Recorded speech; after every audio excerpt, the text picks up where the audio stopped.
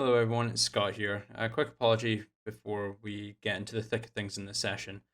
During the Twitch stream, there was a bit of a human error on my part at the start of the session.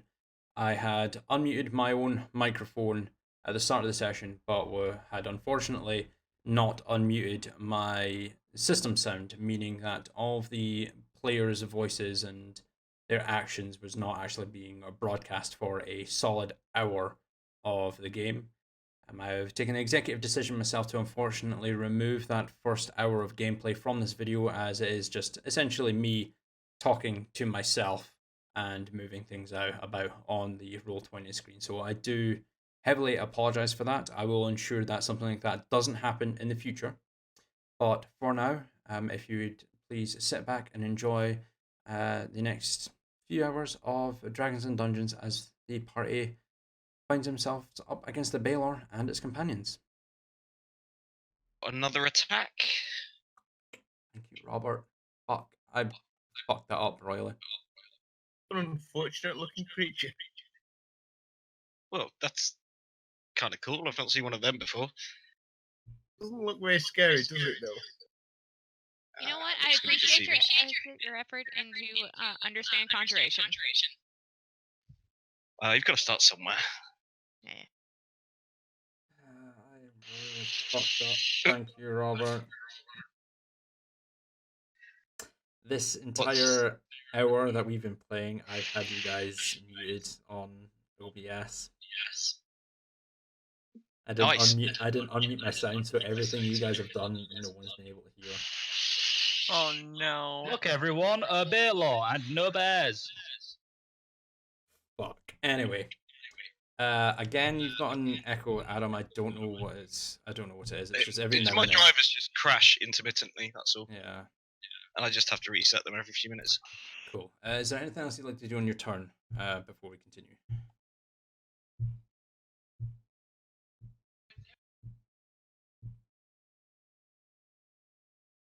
Someone's knocking on my wall or something like that.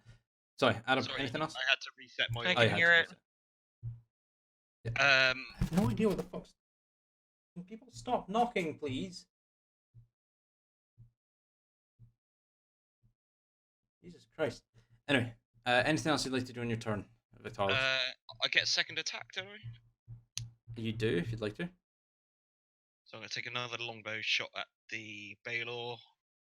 A natural 20 for 12 points of piercing damage, dropping it down to that much health. A d6 for your hunter's mark, please. Dropping it down to that much health, and a d8 for your colossus there, please. 5, dropping it down to that much health. Cool. I am a professional streamer, and I am really good at what I do. Anything else that you would like to do on your turn, Adam, as we've not been able to actually hear you for the last hour? It's probably for the best, really.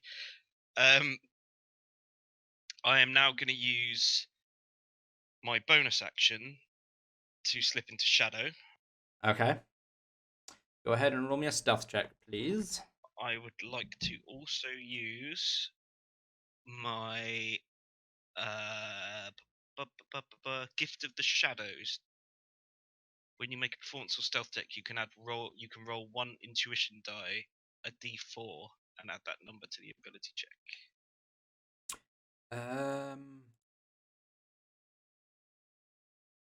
Oh, that's from Wayfinder's Guide to Eberron. Okay.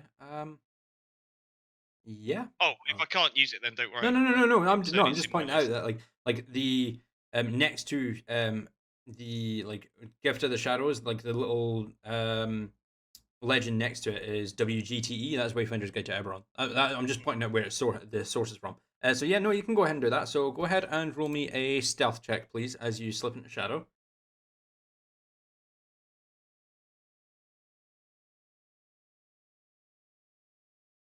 Natural 1. I mean, you can go ahead and roll your d4 if you want. No, you're alright. As you kind of like turn around and like trying to slip away, you turn around and you just boot your foot, like your toes, off of the stone pedestal right next to you. Everyone else that's not paying attention, all you hear from the far southeast is as Victorious kind of hovels around the corner because he just punted his toe off the fucking display. With that, I'm gonna humbly and disgraced move my other 15 feet of movement back to where I was. cool. And the monodrone is going to zip over to here as it flutters over. I'm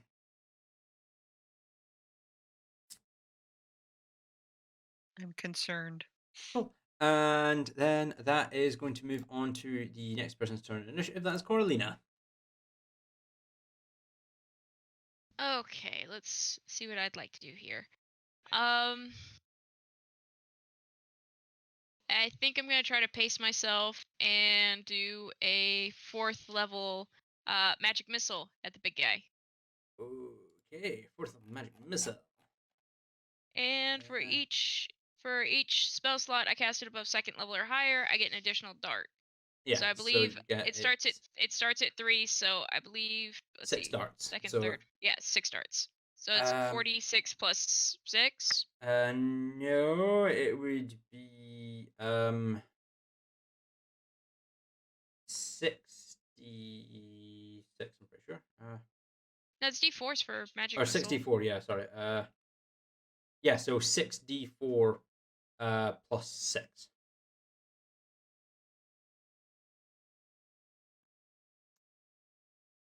So 20 points of damage because this just hits. Unless is that all going to the Baylor or that's all going to the Baylor. All going to the Baylor. Cool. For 20 points of damage, it drops it down to that much health as you just kind of unfurl your clenched fists and just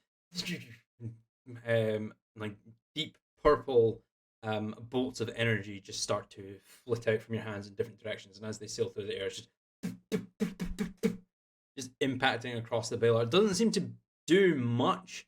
Like the Baylor seems like looking at the Baylor, it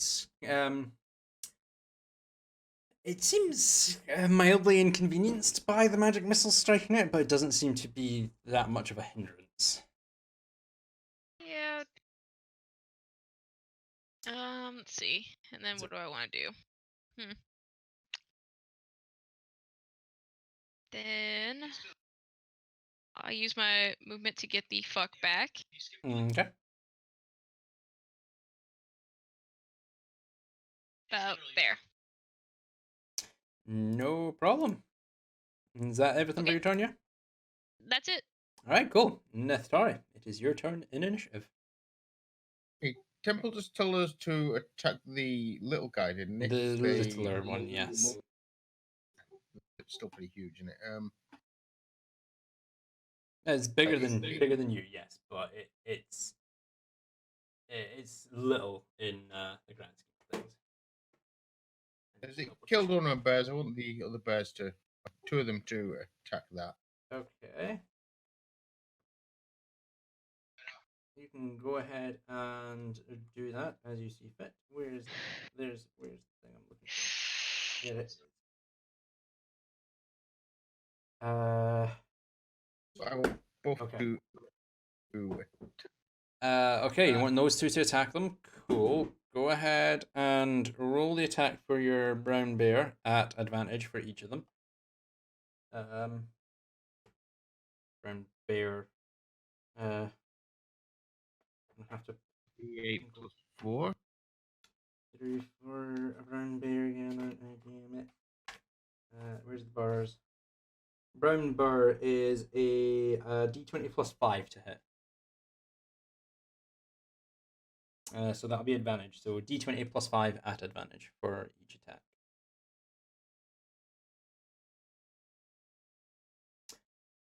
It's an 11, so that one will miss. Go ahead and roll again for the second attack.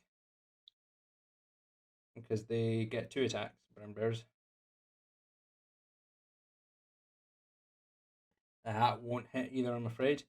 And the other bear, again, that'll just be another 2 rolls of d20 plus 5 at advantage.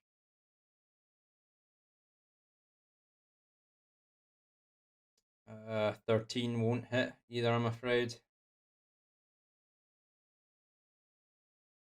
And a 9. Ouch. Unfortunately, no. None of these bears are able to successfully land a They're hit. too fluffy and They're cuddly. too fluffy and slow as they kind of lurch onto their hindquarters and lunge out with their claws, but the Glabrus is just able to catch the catch the bears with its arms and push them aside. It's quite a strong creature, and dodge out of the way of all of their gnashing teeth. You've still got your third berry bear if you want it to go and do something. Yeah, what was I doing wrong to how I rolled 8 die altogether? The highest 8 d20s altogether, and the highest was a 10 that I rolled. Yeah. Um, The average just doesn't like you today. That's what that is. Put that dice in the dice jail. Yeah, I mean you can't jail Avery, unfortunately. room for that to go and flank the Baylor, isn't there? On 4, actually it Feet. might do. It's got 40 feet of movement. So there, that's direct. Yeah, you could easily move the brown bear across. Yep, to there, and it would be it's flanking. So you could it could attack the Baylor with advantage. That again will be 2 d20s plus 8 at advantage. Or sorry, plus 5, not 8. I'm stupid.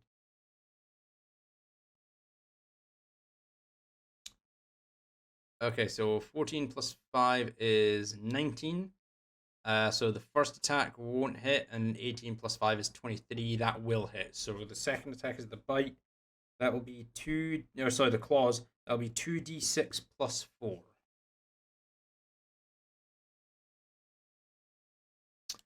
So that is 8 points of munch damage.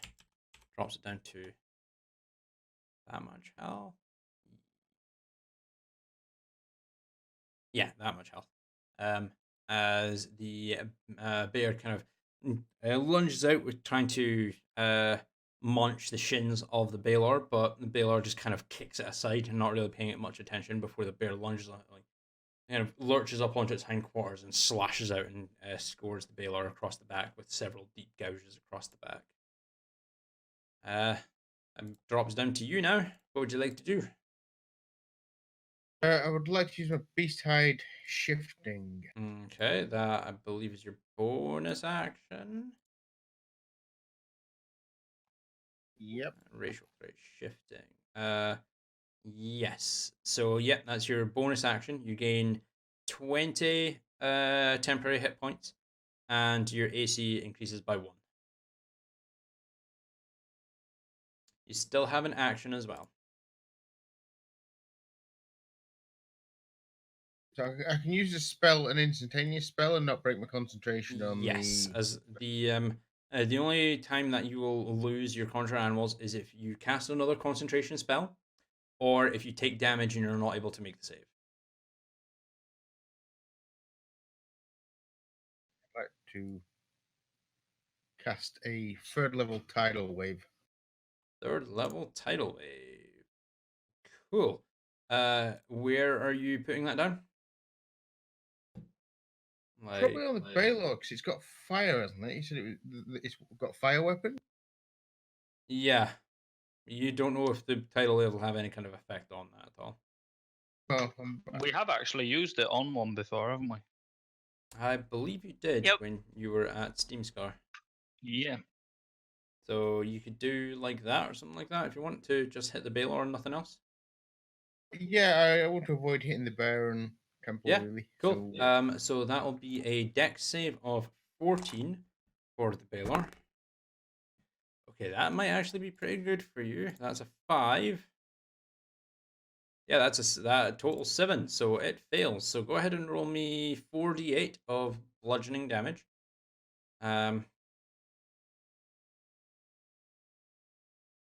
That is 18 points of damage. dropping it down to that much health, and it is knocked prone. Excellent.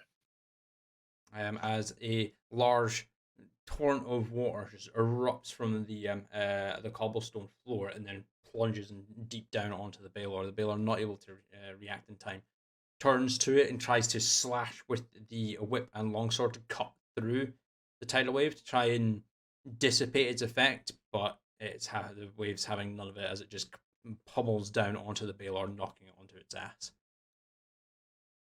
Anything else you'd like to do on your turn, Nithari? DM, does that put out the fire whip It like it does did the not. last time we fought one of these? It Ooh. does not, unfortunately.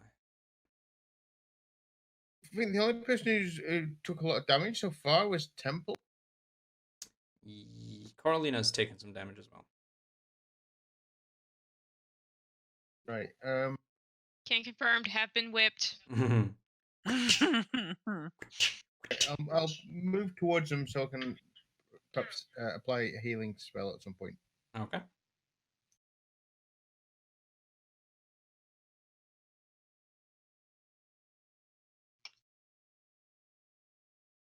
All right. And that's going to be it for yourself, yeah?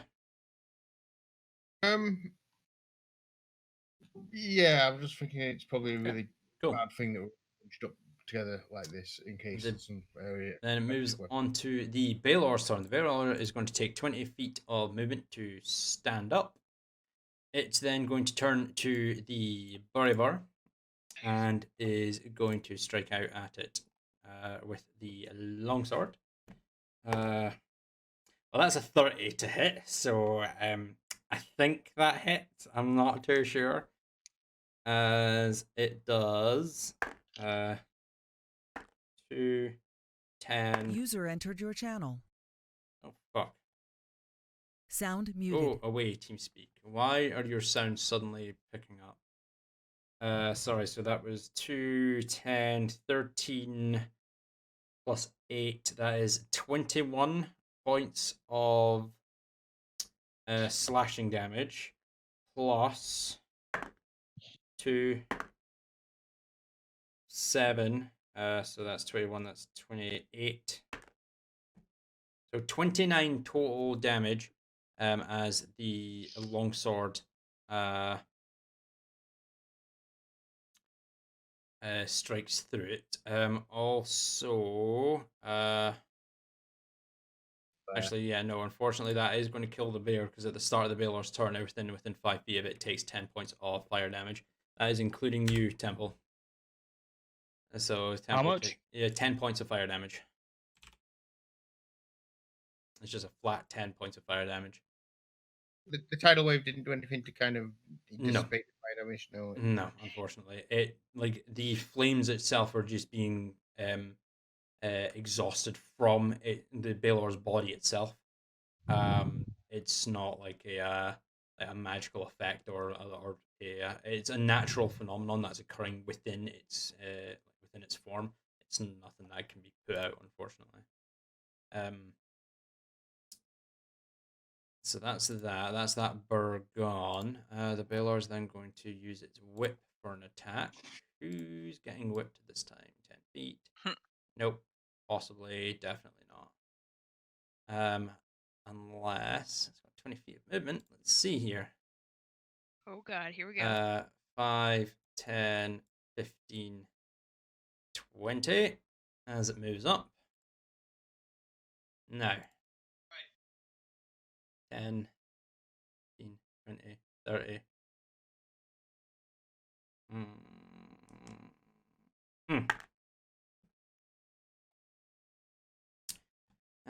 Let's see here. It is a plus 14 to hit. That is a 5, so that puts it to 19 to lard. Does the 19 hit your armor class? Yes. It does. Shit. That is 2d6 plus 8. That is 2 and 5. That is 7 plus 8. That is 15 points of slashing damage plus 15, 3, that's 18, 1, that's 19, 5, so 24 points of damage total as you take slashing and fire damage. So 21 to Talar. Not much health, I believe. Cool. With that, is going to move on to your turn of initiative, Talar. Fun. Okay. So Ooh. to check to see if my phoenix has freed itself, is that going to cost me an action or bonus action, It or will not. I would like you to. So I'm going to check something here for the Glabrezu. Its strength is +5. I'm going to contest this here. Oh, actually, hold on. This game's DC 15 actually, so I'm going to roll for your spiritual weapon, and let's see, Talar, your modifier for your spell modifier, not attack, but spell modifier is +4. I'm going to give your spiritual weapon that +4 for its escape. So it rolled a 14 and puts it to 18. Your spiritual weapon successfully escapes the grapple. Wee-hee. Okay. Done. So with that, my phoenix is a little bit pissed off, and she'd like to smack it again. Okay, go ahead and roll your d20 +8. Is there any advantage because it's flanked by the bears? It is flanked by the bears, but the attacking creature is not actually flanking anything. Remember, it has to be like the attacker has to be flanking. Like, it has to have flanked. Well, last time we talked about flanking anyway, you said that because it's a spiritual weapon, it wouldn't be. That is also true. Yeah. So. Oh, but that I was don't think close to that being hit another anyway. nat one. No, unfortunately, a 10 will not hit. Yeah. As your phoenix kind of breaks free and furls around with its wings, trying to actually like almost backhand the Glabrezu with its wings. The Glabrezu just kind of lunges back out of the way and narrowly avoids being clapped across the face by the phoenix wing. So you still have your action and movement. Let's see. That is.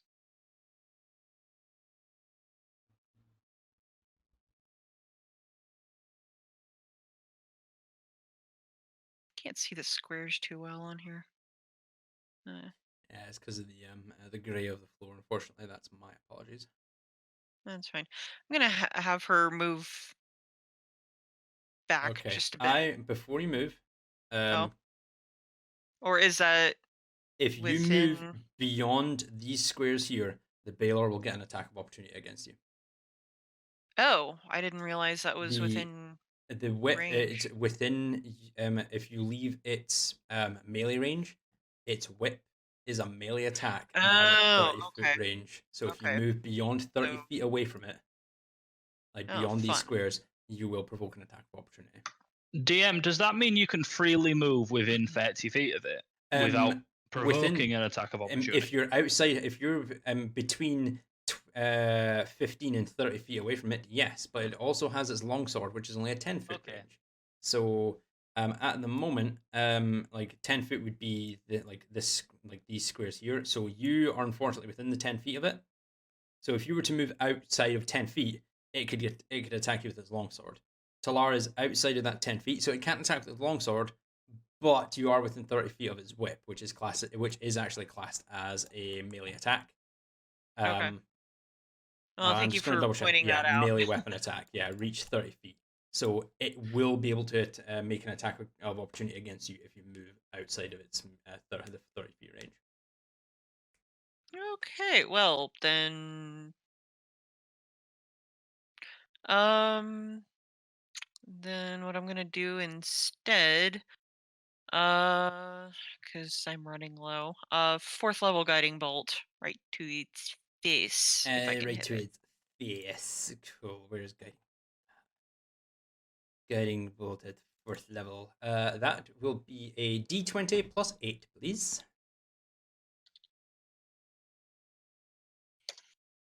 16 will not hit, unfortunately, as you bring up, you draw your divine energies from your holy symbol to Tsilun once again and let loose the bolt. The Glabrezu after the Baylor after making the strike against you watches as you draw the energy and recognizes the purple radiant energy that struck it not that long ago, and successfully manages to dodge out the way. The bolt sails off into the back of the hall and just dissipates off the wall in the darkness. Anything else you'd like to do on your turn? She's kind of grumbling a few little curses under her breath, and not much else she can do without getting a chance of being hit, so she's gonna stay put. Okay. That moves on to the Glabrazoo's turn. The Glabrazoo is not going to summon anything, as it then makes some attacks on the Burrybars. Or is it actually?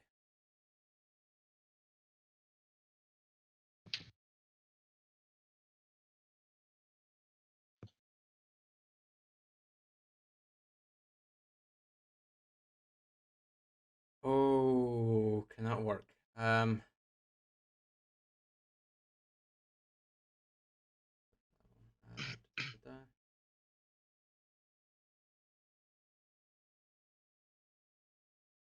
What level did you cast Conjure Animals at, Natari? 5th level. 5th level. Equals 10 plus the spell's level. 4th level on the target. Make an ability check using your spellcaster ability. DC equals 10 plus the spell's level, so the DC is 15.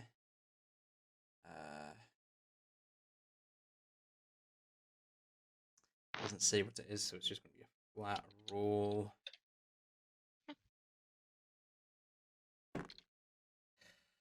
Oof, that is a 15. That's going to work. Or is it actually? What's the range? 120 feet. Yeah, I'm pretty sure that's within range. Yeah, definitely. The Glabrazoo,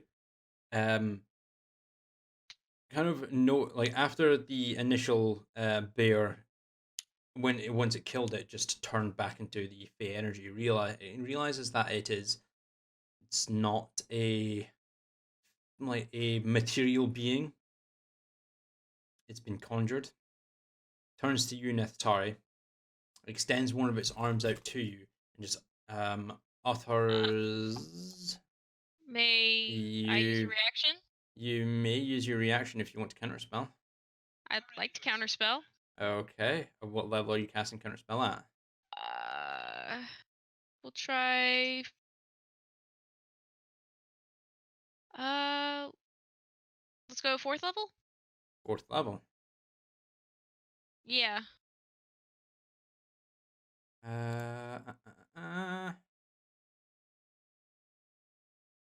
Okay, where is Okay, go ahead and roll me a intelligence check, please. Okay, and that's using my spell casting ability.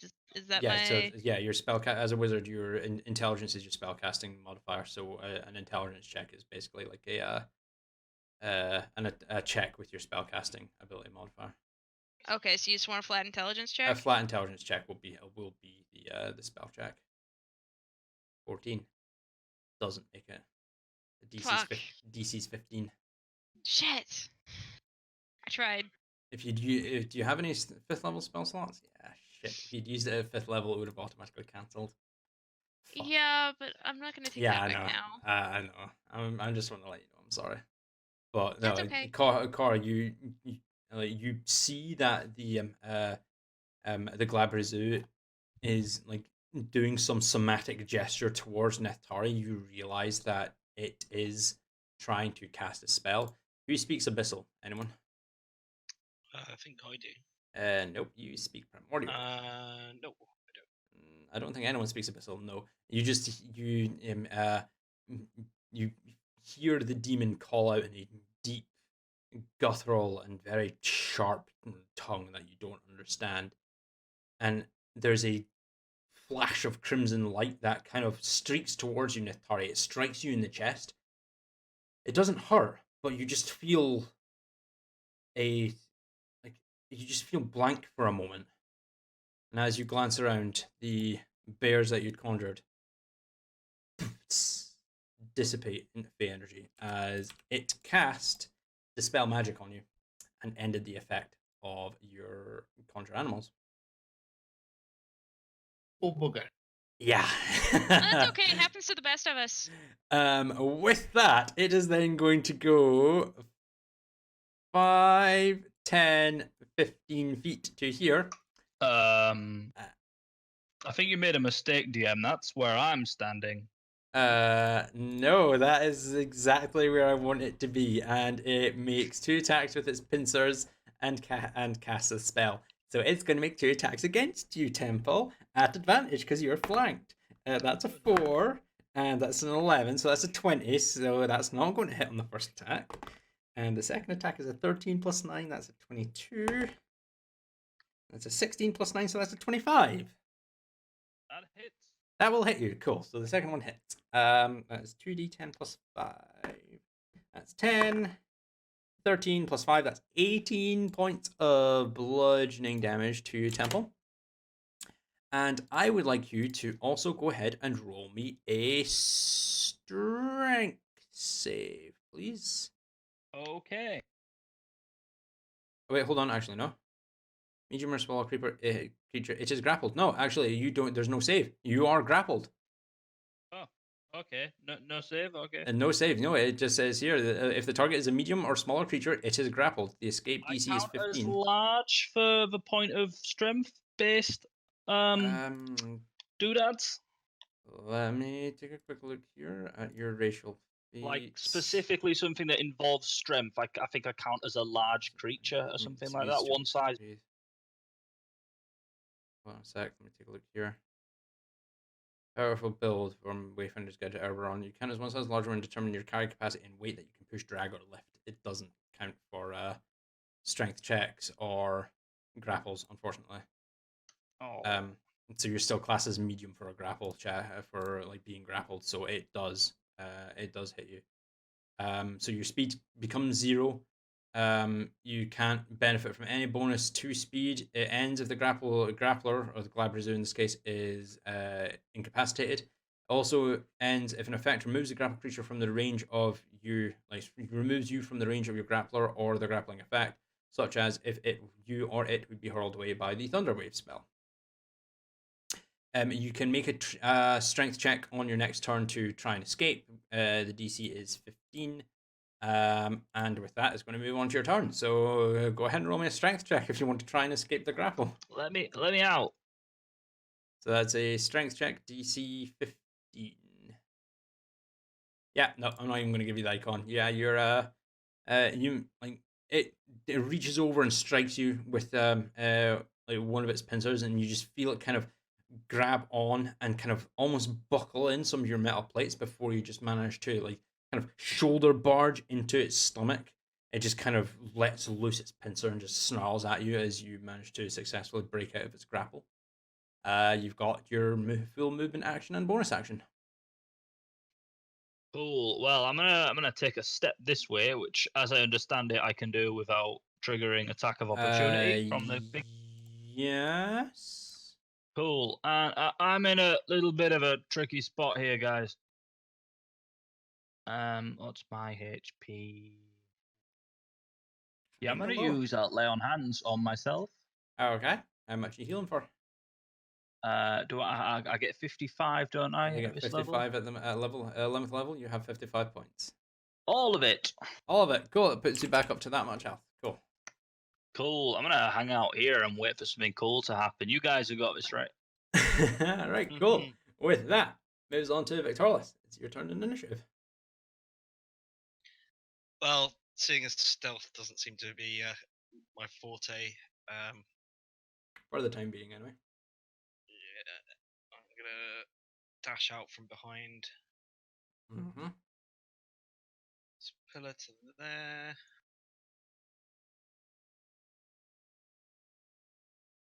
Cool. And knock my arrow as I run, and take fire at the Baylor. At the Baylor, cool. Go ahead and roll your attack as I monitor button. 19 will miss. As you draw and you try and push your luck as you're moving. Let loose the arrow before you come to a full stop. The arrow sails clean over its shoulder and scatters onto the floor in the distance. And I will take another shot. 26. As you kind of skid to a halt, drop to one knee and draw your longbow and let loose. The arrow sails and flies true as it sinks into the Baylord. As 12 points of damage, dropping it down to that much health. D6, yep, and your D8, please, of Colossus Slayer. For a full 8, nice. That drops it down to that much health as the arrow sinks deep into its chest. Again, the Baylor just snaps the shaft of the arrow. That's now the head is sunk several inches deep into its chest and just kind of turns to you and glares at you.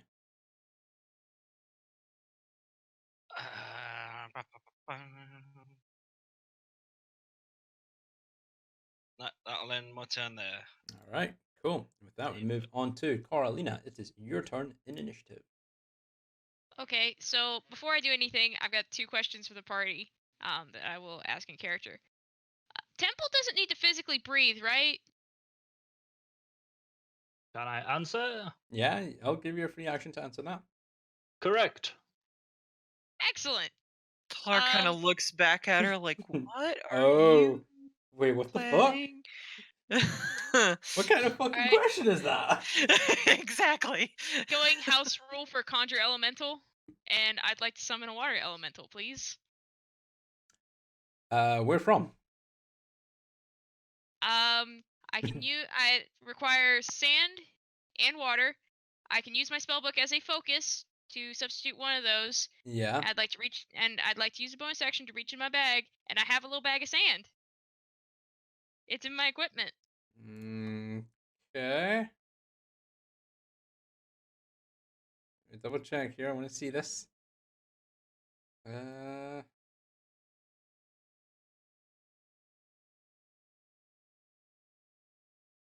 It is actually a little bag of sand. It is right there. Holy shit. Fair enough. Yeah. You all watch as Coralina just kind of reaches into her backpack, takes out a little bag of sand, and just dumps it onto the ground. Looks kind of concerning for a moment before she clasps her hands together and with her the spellcasting focus just raises her hand up to the small little pile of sand, and you watch as a tiny little droplet of water kind of rises up from the pile. And as it rises up, it goes about 10 feet up. Yeah. It then starts to bulge out. And once again, I don't have a water elemental token. God damn it. I know I surprised you. I don't usually summon this guy. I need to get all of the While you're looking at that, DM, yeah. did my little mech dude do anything on my last turn? He has not. I forgot about him. I will do him in just a moment. I'm gonna grab this here. This is gonna be your water elemental. It's large and it's gonna pop up here. Again, it has summon sickness. Uno momento. You've lost your concentration on Barclay, remember? Yep, I have. Yep. Cool. I will apologize later. Nice. Cool. So yeah, you summon your elemental, and kind of the water kind of like seeps over, and you watch as like it just coalesces in a large stream, and it sloshes down behind the Glabrezu, and then forms what seems to be a sort of almost humanoid shape behind the Glabrezu. I'll go ahead and give my order to drown the enemy. Drown the enemy. Okay, and I need to reach over to here. I'm pretty sure I have. I do. I have this. I do have this little water elemental card. So I know what it can do. Shiny.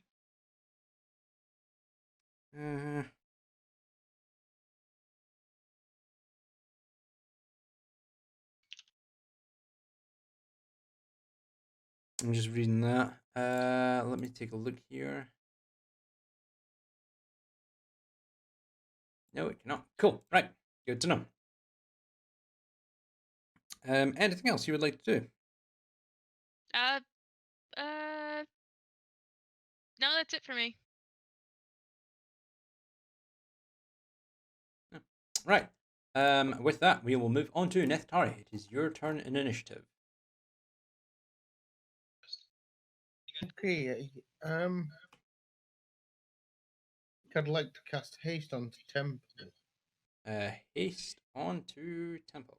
Where is I your... think that would give him extra attacks and chances to move on his turn. Choose a willing creature that you can see within range. Until the spell ends, the target's speed is doubled. It gains a +2 bonus to AC. It has advantage on dex saving throws, and it gains an additional action on each of its turn. That action can only be used to take the attack, one weapon attack only action, dash, disengage, hide, or use an object action. When the spell ends, the target can't move or take actions until after its next turn as a wave of lethargy sweeps over it. Range is 30 feet. Temple is not in range. You're going to have to move to get into range to be able to cast that on Temple.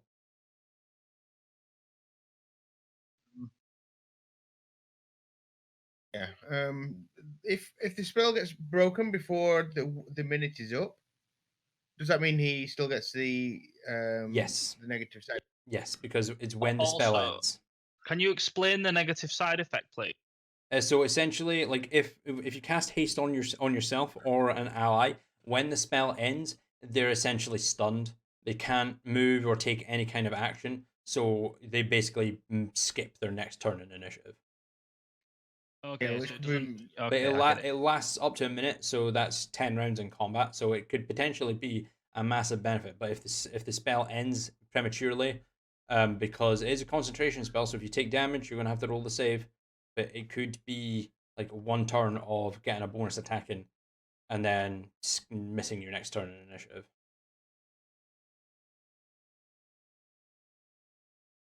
Okay. So what would you like to do in that time? I've been trying to weigh out whether that'll give us a greatest advantage, or whether I should just use my traditional sunbeam attack. That's purely up to you. The sunbeam, it can't really save against it, can it? It's Sorry It's a to go dex back to save this, against- but would my little mech dude have moved before? Yeah, Neftari's sorry. turn? I need to we'll get through Neftari and then we'll go through this thing. The moment I'm finished with Neftari, if I say okay, next up in initiative is the Baelor, just scream at me to remember about the fucking monodrone. Where did I put the? Oh, there it is. So, what would you like to do, Neftari? okay. I'll use my bonus action to pass a potion of healing to Coralina. Okay. So Greater potion of healing. a greater potion of greater healing potion. Cool. So Cora, you now have access to a greater healing potion. Okay. You have your action and your movement. Yep.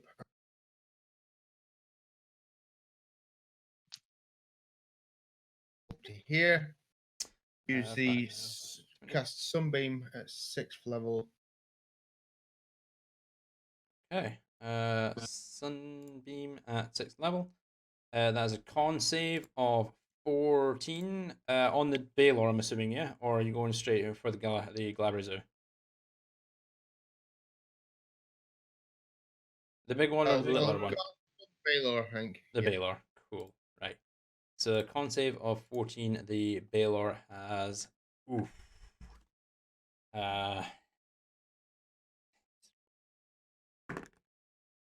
That's a natural 20. So it saves. Go ahead and roll me 6d8 of radiant damage.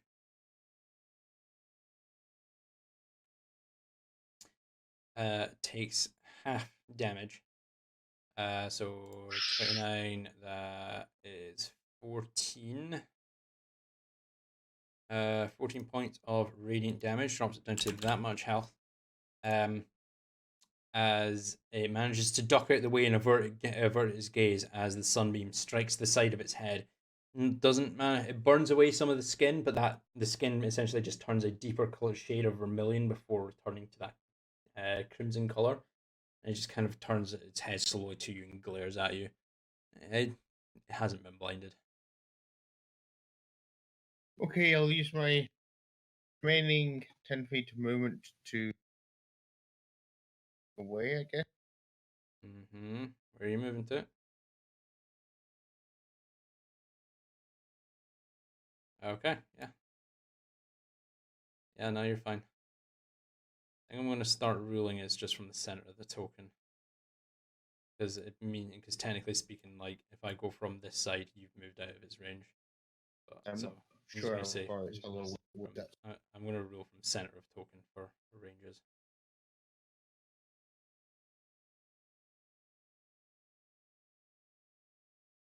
Yeah, I don't know whether casting haste would have been better on Temple or Yeah. not. He can do quite a bit of damage to it, can't Okay, is that everything for yourself? Yeah. All right, cool. That moves on to The little tech dude. Little tech dude, yes. as I wait to say Baylor, and then no, it's going to move on to the little monodrone. The monodrone is going to just float and I'm so sputter excited. 5 feet over. It takes its action, which is just a single attack. Bingo. Go, little Fucking drone thing. Poke. I'm gonna laugh if that kills it. What is my purpose? Beep, boop, boop, beep. It's not going to kill it, but I disagree. Did it get a critical hit? Oh. yes. Yeah, go, little tech dude. Oh god, the sword rolls is Awesome. 2d. Can't wait for that double 2 damage. The guys did nothing, and then the little speck It does of a 9 points of piercing damage, Yeah. dropping it down to that much health. As the monodrone kind of floats and sputters over, the Baylor just kind of glances down and just pays it no attention whatsoever. The monodrone, its one eye just kind of half shuts, like, how dare you kind of look on its face, and it just plunges its dagger deep into the thigh of the Baylor and then twists before drawing the blade, like, you turn your back on me, stab. Can we keep him? Please. Oh, he's kind of cute. Anyway, that's the monodrone's attack over. We move on to the Baylor. Time to absolutely wreck your hopes and dreams as the Baylor turns to the monodrone. And it's gonna make 2 attacks. Oh, is he just gonna punt it like a cat? It's Boot to the head. I mean, if it could, it would, but no, it's well, actually, no, It's gonna set the thing on fire first, isn't it? DM, Yeah, how much the damage did the firearm. little guy do? The little guy did 9 points of piercing I'm damage. so proud of him. Yeah, but every creature within 5 feet, which is just the monodrone, takes 10 points, and it's only got 5 HP. So Oh, it He fought bravely.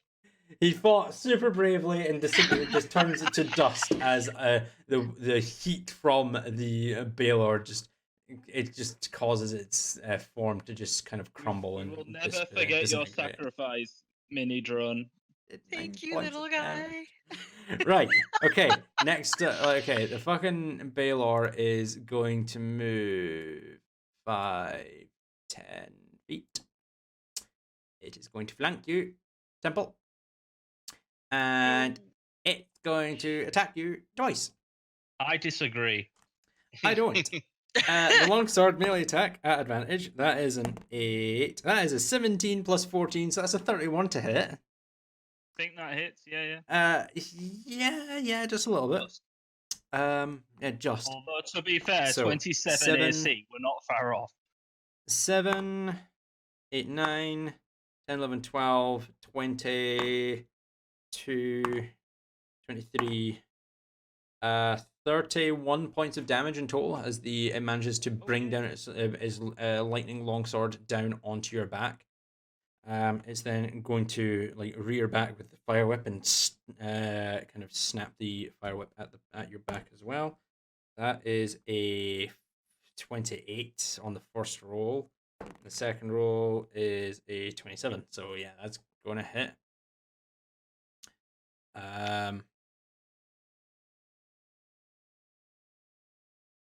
Oh Christ! I just read something else there that I did not realize about this longsword that the Balar has. That's okay.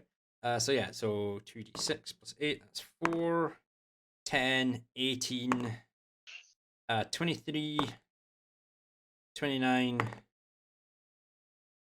32 total points of damage from the whip as it just rears back and manages to very violently crack the whip, and the tip just kind of licks the back of your head, but it's an immense hot pain just courses through your metal skull. How much damage did that just do to you in total? I did them one at a time, but I mean, I can see that it was around 60 something. Yeah, you're on that much health. Okay, cool. That's good to know, as I'm trying to keep track of everyone's HP. Right, with that, move on to Talar's turn in initiative. I've been running through several things and I don't know what I want to do yet. Let's see. My Phoenix is going to at least shuffle over here Okay. and try and make an attack towards the little creature. Yep, Glabrazor. Go ahead and roll your attack. D20 plus 8.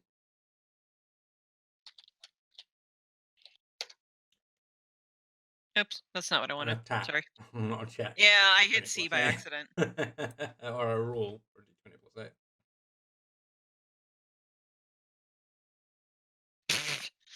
Here we go again.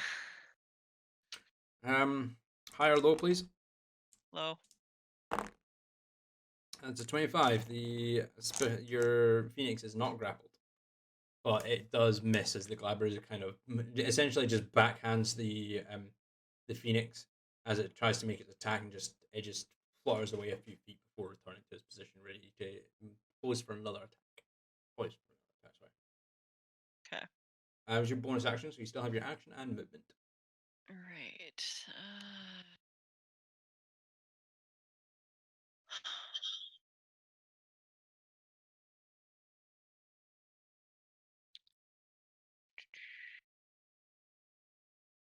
How is the Baylor looking physically? Physically, it's bleeding a deep vermilion like blood from several open wounds across its form.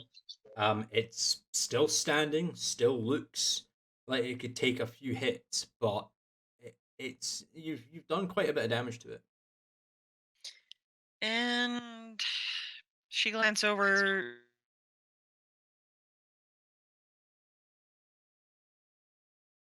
Hello? Guys, can you hear me?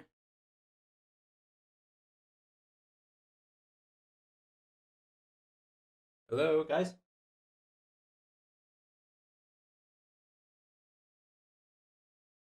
Uh-oh, I think my connection just dropped to Discord. Do that. Hello? Hello? There we go. Okay, Discord just took a massive dump on Yeah, I itself. couldn't hear anything there either. Yeah. Apparently. Okay. Right, so, what was the last thing you heard from me? You were about to do something, and then it just cut off completely. Alrighty then. She's glancing over to Temple and trying to figure out how he looks. Temple, how do you look? Do you want a real answer or how Temple would answer? A real answer. She's just looking over at Temple to Yeah. kind of gauge So how it'd he's be appearing. She's not asking a question. Yeah, it's a real answer. It isn't asking Temple how he feels. Not very well at all. Okay, he's just taken massive damage twice. Yeah, after battered, healing. Yeah, buckled. I'm imagining he's absolutely pancaked. Okay. Not much I can do.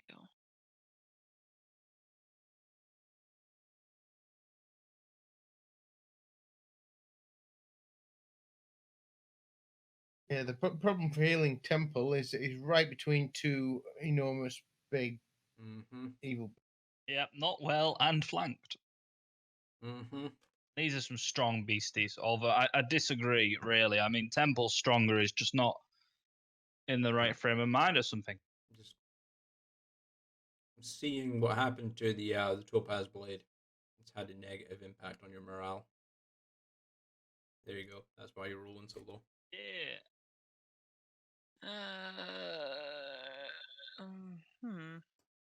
Can you not transform into like a cassette tape or something useful? I can, but it would take... Tape decks are not like tape decks are not useful anymore. So I'd need a long rest, so I can't do that now anyway. No, that's not.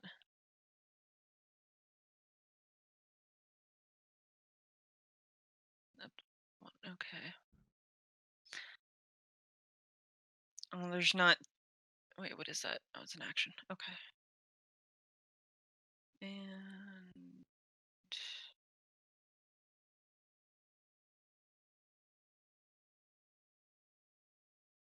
I think that puts me in range, but yeah.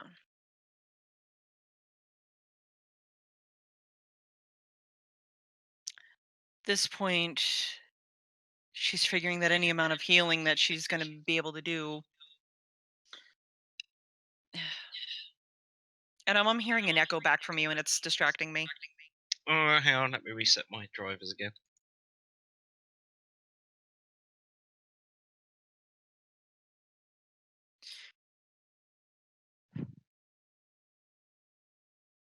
Okay. She's going to... Oops. Come on. Wrong button.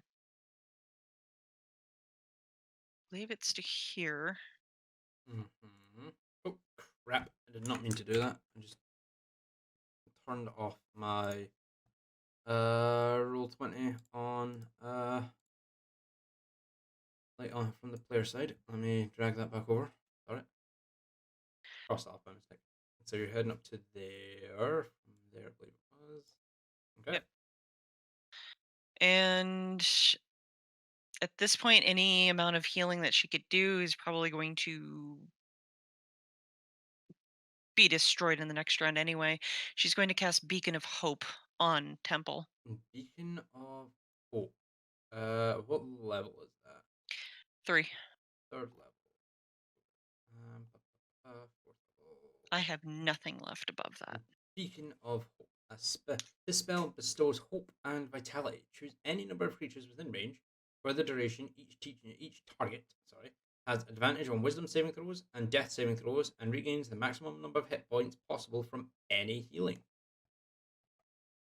So that is within 30 feet of you.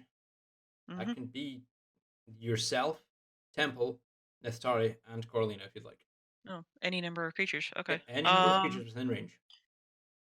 Then all 4 of us. All right, cool. So within range. You are a beacon of hope for yourself and your 3 party members. So any healing you guys receive will automatically be max die rolls. And you have advantage on Wisdom saving throws and Death saving throws should it come to that. Is there anything else you would like to do on your turn, Talar? I don't think there's anything else I can do.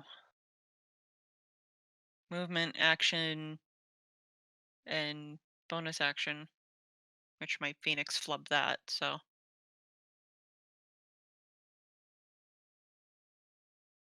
Okay.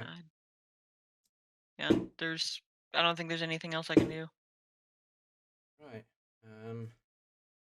I need to double check a condition very quickly. There's no one let me do that, is it? No.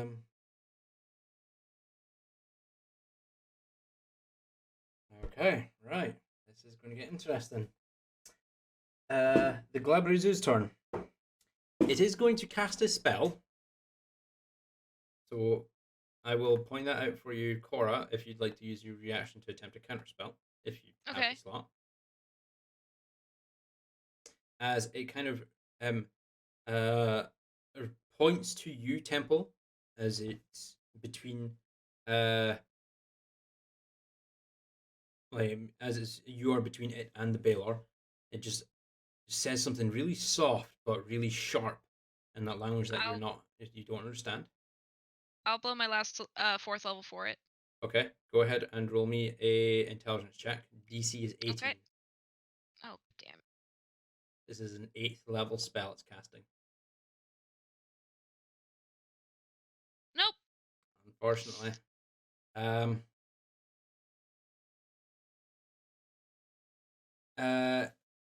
Temple, as you kind of like hear the Glabrezu utter something towards you, you glance up to it, and you just feel your body freeze.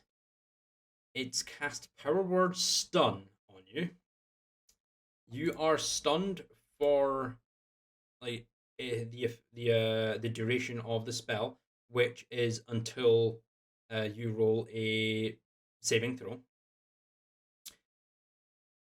Which is a con saving throw at the end of each of your turns. And if the target has 150 hit points or fewer, it is stunned. So it just takes effect. There's no save or anything like that. You are stunned. Stunned creature is incapacitated. Let me actually just quickly double check all of this, because it technically is multiple conditions. I am stunned by this creature's beauty. Stunned creature is incapacitated, can't move, and can only speak falteringly. The creature automatically fails strength and dex saving throws. Attack rolls against the creature have advantage, and incapacitation. You can't take actions or reactions. It's been nice knowing you, everybody. Okay. After casting the spell, it's going to make 2 attacks with its pincers against you. So it does. It has advantage innately from being from you being flanked, but you're now stunned, so advantage. That is a 15 plus 9, so that's a 24, and advantage, that's an 11, so 24. Will that hit? No, I have 25 AC. 25 AC. Hold on a second. I want to double check something, because you're stunned. You can't really. Yeah, I don't know what that does to the numbers. No, it just has advantage. You can't take actions or reactions. So no, you can still like your armor can still take the brunt of hits. So 24 won't hit you on the first attack as it tries to strike at you, but the attack just bounces off your metal plates. The second attack is an 18 at advantage, plus 9. That's a 27 to hit. So that will be 2d10 plus 5, 3, 7, that's 10, 15 points of bludgeoning damage. Okay. And you are now grappled as well. Hug. So I'm going to go ahead and give you this as well. With that, it will move to your turn, Temple. I need you to go ahead and roll me a con saving throw, please. A constitution saving throw. 8. You're still stunned, unfortunately. With that, I'll move on to Victorious' turn in initiative, who I believe just went AFK. Insert Jeopardy theme song. Do, do, do, do, do, do, do.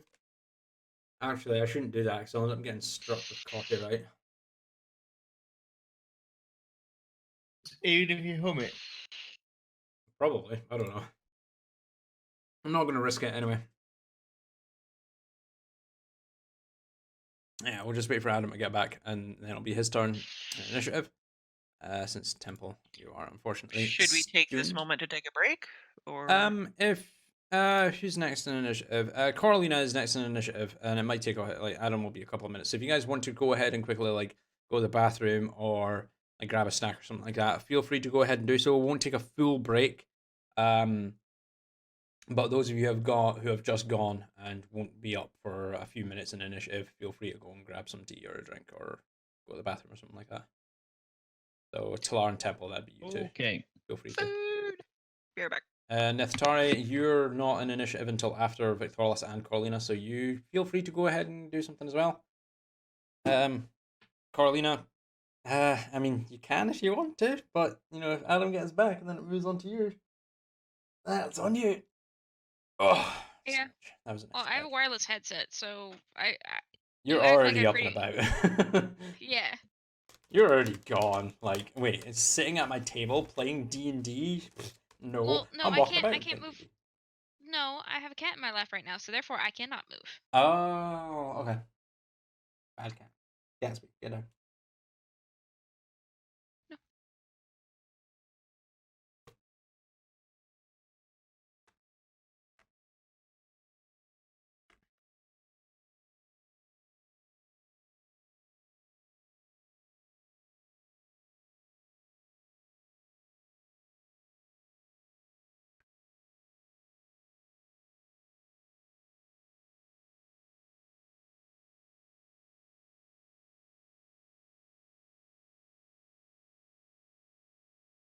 God, I'm gonna need all my wizard smarts for this one. Mm-hmm. Maybe.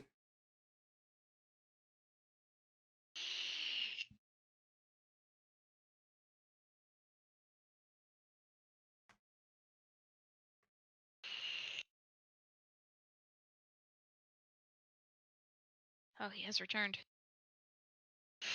Ah, Sorry. Adam, it is your turn in Sorry about that. initiative. Righto. Cool.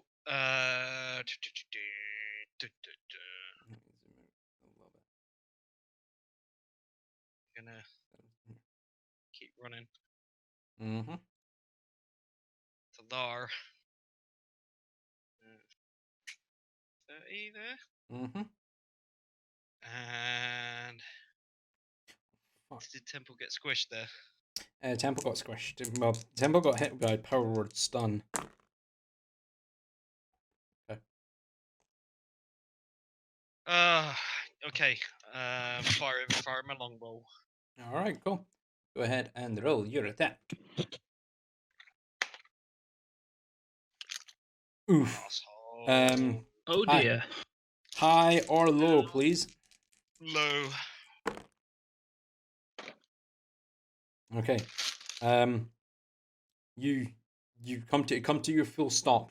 You draw an arrow from your quiver and draw your longbow. You're a bit hasty in your draw and you let loose before full draw. Your bowstring, the arrow just sails about 10 feet before clattering to the ground, and the bowstring kind of reverbs and ricochets off your main hand, your grip wrist. You don't take any damage. Stop doing that. It User stings left like your a channel. bitch. Why this fucking TeamSpeak? Shut up. Disconnected. Disconnect. Fuck off. I turned off sounds. It's fucking annoying. Anyway, yes. It ricochets off your wrist. Stings like fuck. But you're lucky you didn't snap your bowstring. Nobody wants to do that. Yo, you're attacking again? Yeah, fuck it. Yeah, why not? I mean, what are the odds of rolling What's a the nat worst that one in could a happen? row? What is the worst that could happen? You're tempting fate, and you're. That was fucking close. That's a 2. Wow. You draw. The stinging in your wrist is a bit much. It's not happened for a long time. You're not used to this kind of irritating pain, and your aim is off from trying to deal with that throbbing pain in your wrist, and the arrow, once it lets loose, just sails off and clatters off the wall in the distance. And that will end my turn there. No problem. That will go into Coralina. This is your turn in initiative. Okay. So, Temple's certifiably fucked right now, right? Yeah. Certifiably. I have a certificate for it. The Glabrazoo made that. So do you is it like a punch card that like your 10th one's free? Yep. Okay. So Fucking McDonald's here at this case. all right, let's tax the wizard. So I'm going to Misty Step over 30 feet, which is 30 feet here. Oh, yep, on the wrong square. Yeah. So I'm going here. I Uh-huh. will move 10 feet. 5'10", yeah. Now, for him to consent, I don't need him to necessarily say he consents. Just imply that he consents, right? He's I can't not consent. he can speak kind of like flustered speak, but so you can ask if he consents. Just yes or no, do you consent? Coralina, this hug is wonderful. Also, yes. Go. What level are you casting Thunderstep at? I know that's what you're about to fucking do. Yeah. 3rd level. 3rd level. Cool. It's a con save for the 2 of them. So we'll go for the Baylor first. It's got +12. That's an 18. And that's a 19. So the Baylor saves and the Glabrazoo. That's a natural 18, so they both save. But go ahead and roll your 3d10 of thunder damage. Alright, rolling. Is this going to do anything to my Phoenix? No. Okay. It's not in range. It's actually It's in the air. It's in the air. How do we have it? I mean, it's not like it just goes along the ground. Like the wave will still dissipate into the air as well, so it would be in range. But it doesn't do anything to it, so you're alright. Alright. For 6 points of damage. We'll pop back here. So that's that much damage. And to the Baylor 6, that is that much damage. And Temple, you also bamf over to there. Got him. As Coralina thunder steps and takes Temple out of the firing line. Anything else? I tell my water elemental to drown the thing. Drown the thing. Cool. And your water elemental just kind of turns to you in Agua and just, of course, milady. Swirls over on top of the Glabrazoo. Doing so is going to make an attack. It'd make it 2 attack, 2 slam attacks. Erogenous sons. That is a 11 and that is a 10. So neither of them hit, unfortunately. But the Glabrazoo has to take a DC 15 strength save. That's a 17, so it's successful. I'm going to roll a d8 to figure out which direction this is going. It's 4. So I'll just do it from here. 1, 2, 3, 4. So it's southeast. So I'm going to shift that out of the way quickly, and then it's fully pushed out. So it would be like there. Well, there actually, as it's pushed out of the water elemental space as it makes its save.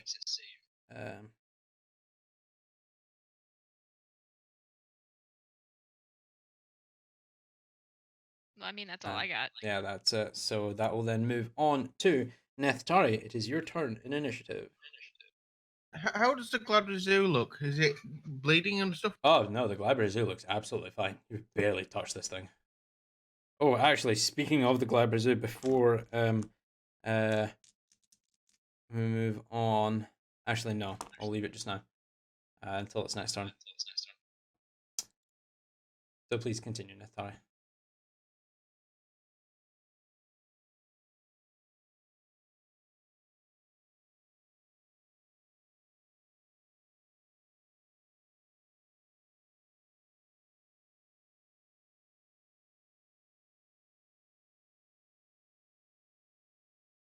Far enough over that I can use my sunbeam to go through both of these creatures.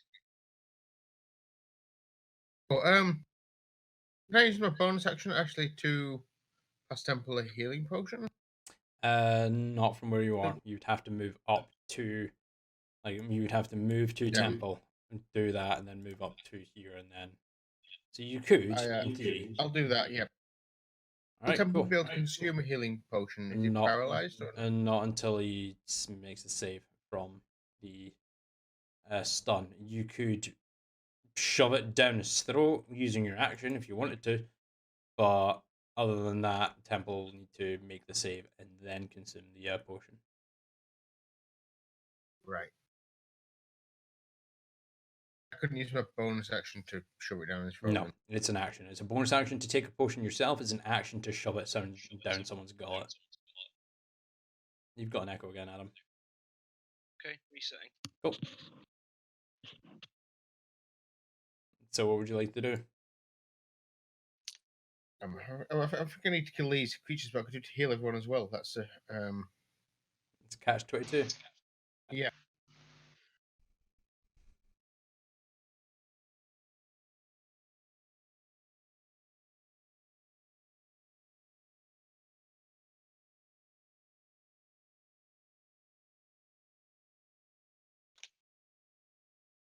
Yeah, I'll do the movement, pass the potion of superior healing Okay. down to Temple.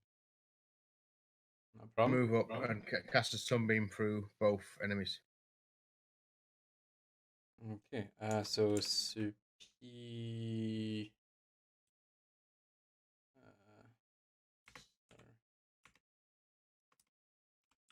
healing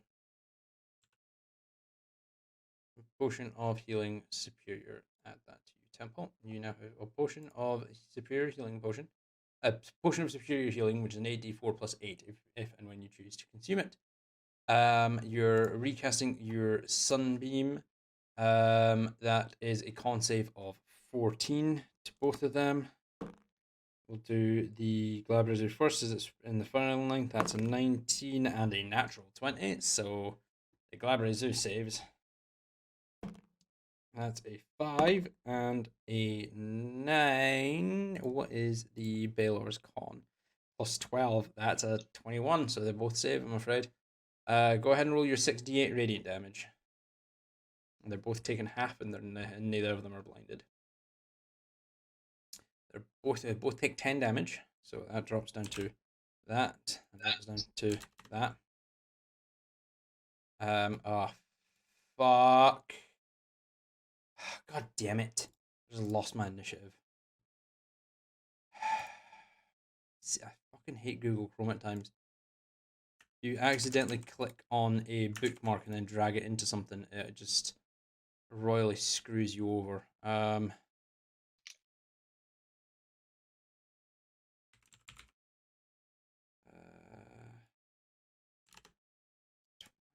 That, and it had that much health. Add the glab.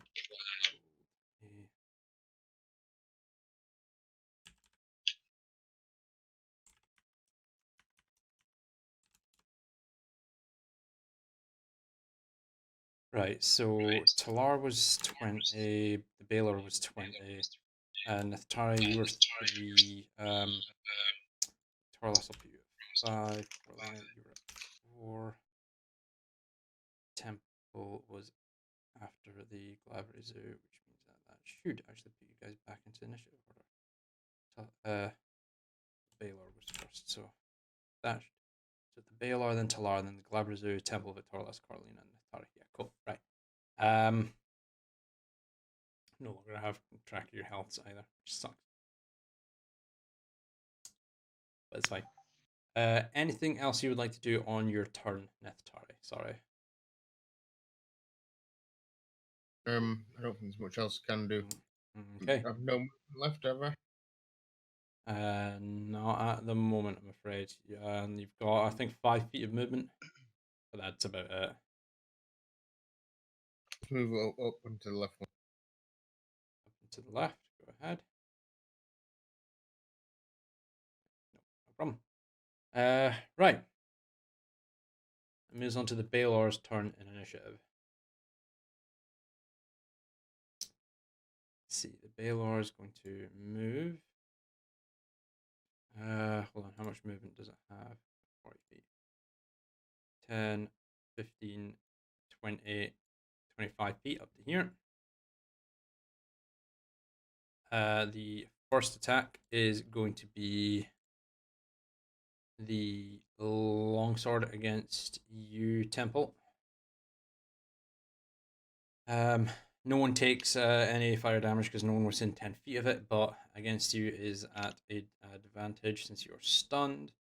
Longsword plus 14, that is an 18 to hit, and an 18 plus 14, that's 32 to hit, so I'm afraid that's going to hit for 3d8. Where's my d8?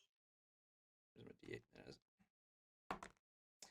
8, 9, 10, 17 plus 8, that's 25, 31, 37, 44 points of damage total as the longsword manages to strike your partially unmoving form as you've been stunned.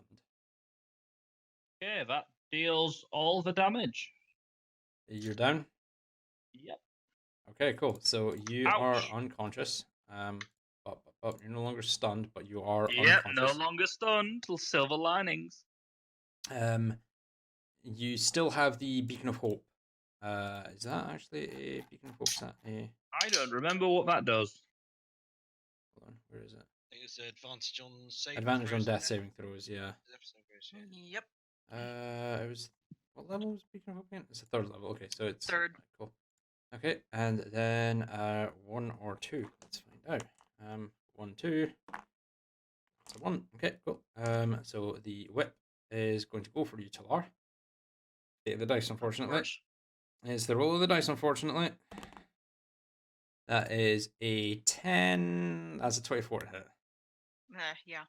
Okay, and then the 6s. So that is 2, 5, 6, 14, 15, 16, 17, 22 points of damage to you total. And I need you to roll me a Constitution saving throw. DC is 11.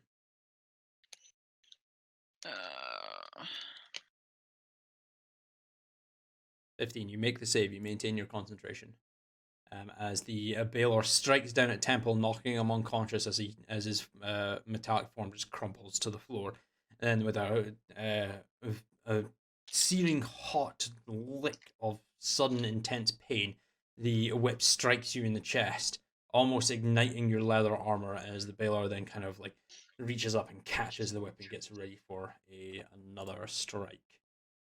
That will then move on to your turn in initiative, Talar. Okay. So let's see.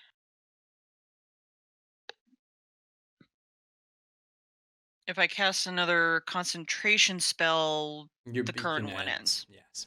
Okay, but I can do other stuff. You can without... cast other spells, yeah, so long as it's not a concentration spell. Okay. All right.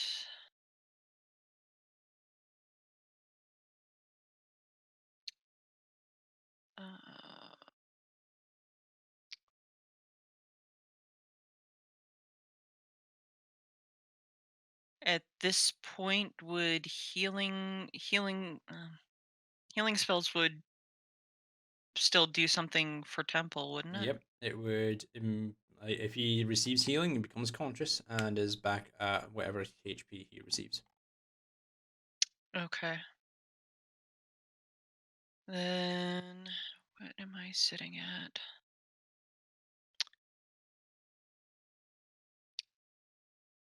She's going to kind of kneel down next to him and reach out and cast Cure Wounds at 3rd level. Cure Wounds at 3rd level. That is 3d8 plus 4? Nope. For Temple, you regain 28 HP and you're conscious. Lovely. You're still you're prone as you like fall into the ground unconscious, but you are conscious. Your beacon of hope just you heal for max health. You don't need to roll anything. It's just whatever you would roll the maximum amount from that. They just instantly heal that. So 3d8 is 24 plus 4, 28. So 28 HP. Okay. Anything else you And- would like to do on your turn, Talar? That is My Phoenix is still there, so she's going to smack at the creature in front of her. nope. Healing word is a bonus action. No. Oh, I'm sorry. Okay. Or was it cure wounds you used? It was cure wounds. It was cure wounds. Okay, never mind. So yeah, healing word you can use. Yeah. Sorry, your bonus Sorry. action you can use. Yeah, So yeah, that'd be confused me. a d20 plus 8, please. For the attack. Come on, Phoenix. No. Jeez. She hates me today for some reason. Yeah, Avery fucking hates you today, unfortunately. As your Phoenix makes a strike on the Glabras's back, but it's not able to tear. Its talon's not able to tear through the thick scales that run across its back, I'm afraid. And I'm assuming that's everything for yourself? That's all I can do at this point. That's If I all you move, can I'm do. gonna get hit. So Cool. Right. Well, not necessarily, because it's got a 10 feet range, so you can freely move within 5 feet of it and not 5-10 feet and not have to worry about anything. So if you want to move, you can. it's still within melee range, no matter what I do. So Yeah, but no, it's as long as as long as you don't leave its melee range. That provokes an attack of opportunity. If you're within its melee range, you won't provoke an attack of opportunity. So if you stay within 10 feet of it, you won't provoke an attack. So you could move to here, and you still won't provoke an attack of opportunity. You could move to here or here, and not provoke an attack of opportunity, because you're still within 10 feet of it. Like its range is 10, with its longsword is 10 feet. If you move beyond that, it will get an attack of opportunity against you. Because the way the ruling is, it's as if you turn around to dash away from it as quickly as you can, and in that moment, it tries to take that opportunity to strike out at you. But if you're still within its melee range, it's kind of like you're focused on that, on the being that's trying to hit you. So you're not really giving it that opening to attack. You can still kind of pace around and get up to 10 feet away from it and not provoke the attack of opportunities. Only if you break its melee range. my point was, if I move now, I'll get attacked. If I don't move, I'll probably still get attacked later. There's no guarantee. But I am actually gonna have her move just back to here, so she's still within range of Temple. So Okay. within touch range. All right, cool. That's going to move on to the Glabra unless you want to use anything else. I don't have anything else I can use. Cool. Glabrazoo's turn. Glabrazoo is going to do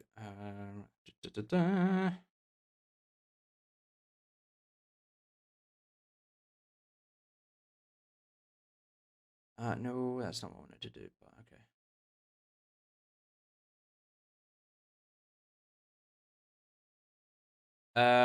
Question for you, Coralina.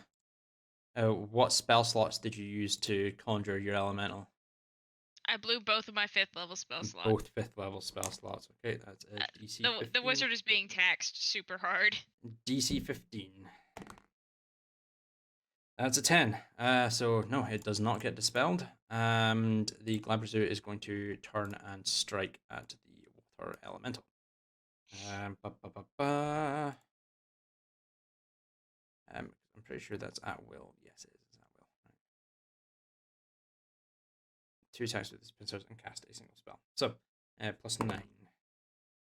That's a 12. That misses. And that's a 24. So that will hit for a 2d10 plus 5. 7. 11, 16.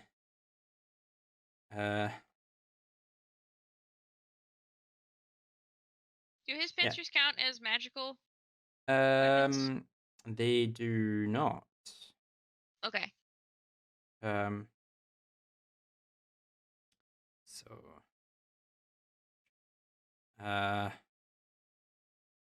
yeah, that's it. It's just going to do damage to the water elemental. You're tracking its health, I'm assuming, yeah? No, I honestly haven't. Oh, okay. They said the spell says you'll have the stats. I have the stats. So yeah, okay. Let me just go ahead and do this. Damn it, I hit my caps lock by mistake. I'm just going to use this to keep track of its health.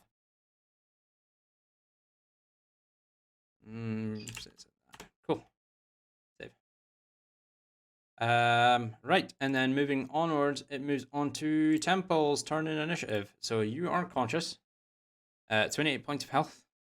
But you are prone on the ground. You can use half your movement to stand up if you'd like. I'm definitely going to do that straight away. Okay, 15 feet of movement expended. You have 15 feet of movement, your bonus action, and your action.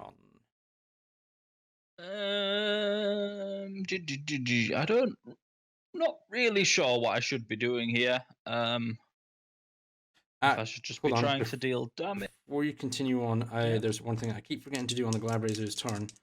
Let's roll the dice and find out. No, cool.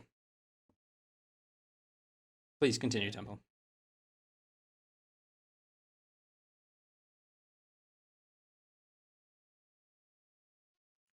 I'm just thinking here because drastic times call for drastic measures, but there's not a whole lot I think I could do here.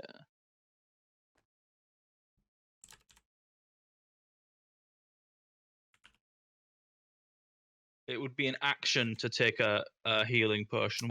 No, it's a bonus action if you're taking it to yourself. If you're trying to shovel it down someone's throat, it's an action. But to take a healing potion yourself is a bonus action. Okay, well, I have a potion of greater healing on me, and I was given a potion of superior healing, wasn't I, by Neftar? Which of those is the better one? The superior. Cool, I will use my bonus action to glug that drink. Cool, and with the Beacon of Hope, any healing you received is maxed out, so that is 32, that is 40 points of healing you receive. Oh wait, is it? Yeah, 40 points of healing from the superior. That's very nice and reassuring. I think the longer we mess around, the more damage will get dealt. So I'm going to do what Temple does best and strike this thing asunder. Yes, and hit things and do damage. That's what Temple's here for. Let's go. Let's rock. Alright, go ahead and roll your attacks. I will just hit for 12 points. Got that much health left. Will, of course, use a 3rd level Divine Smite for that. Cool. That is 6d8 in total.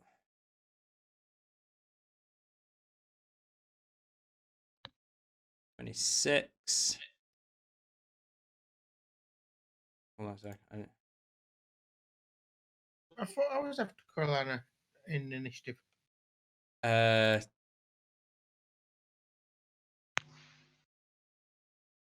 No, because it was the Glabrazoo that just went. It wasn't Coralina. Coralina tried to use a reaction to counter spell. Yeah.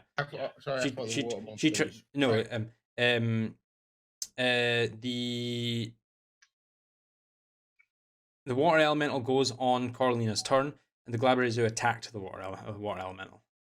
And Coralina tried to counter spell, was successful in. It tried. No. It tried to counter spell. It tried to dispel and it failed. Yes. Sorry, Temple. Please. 26 points of damage. Drops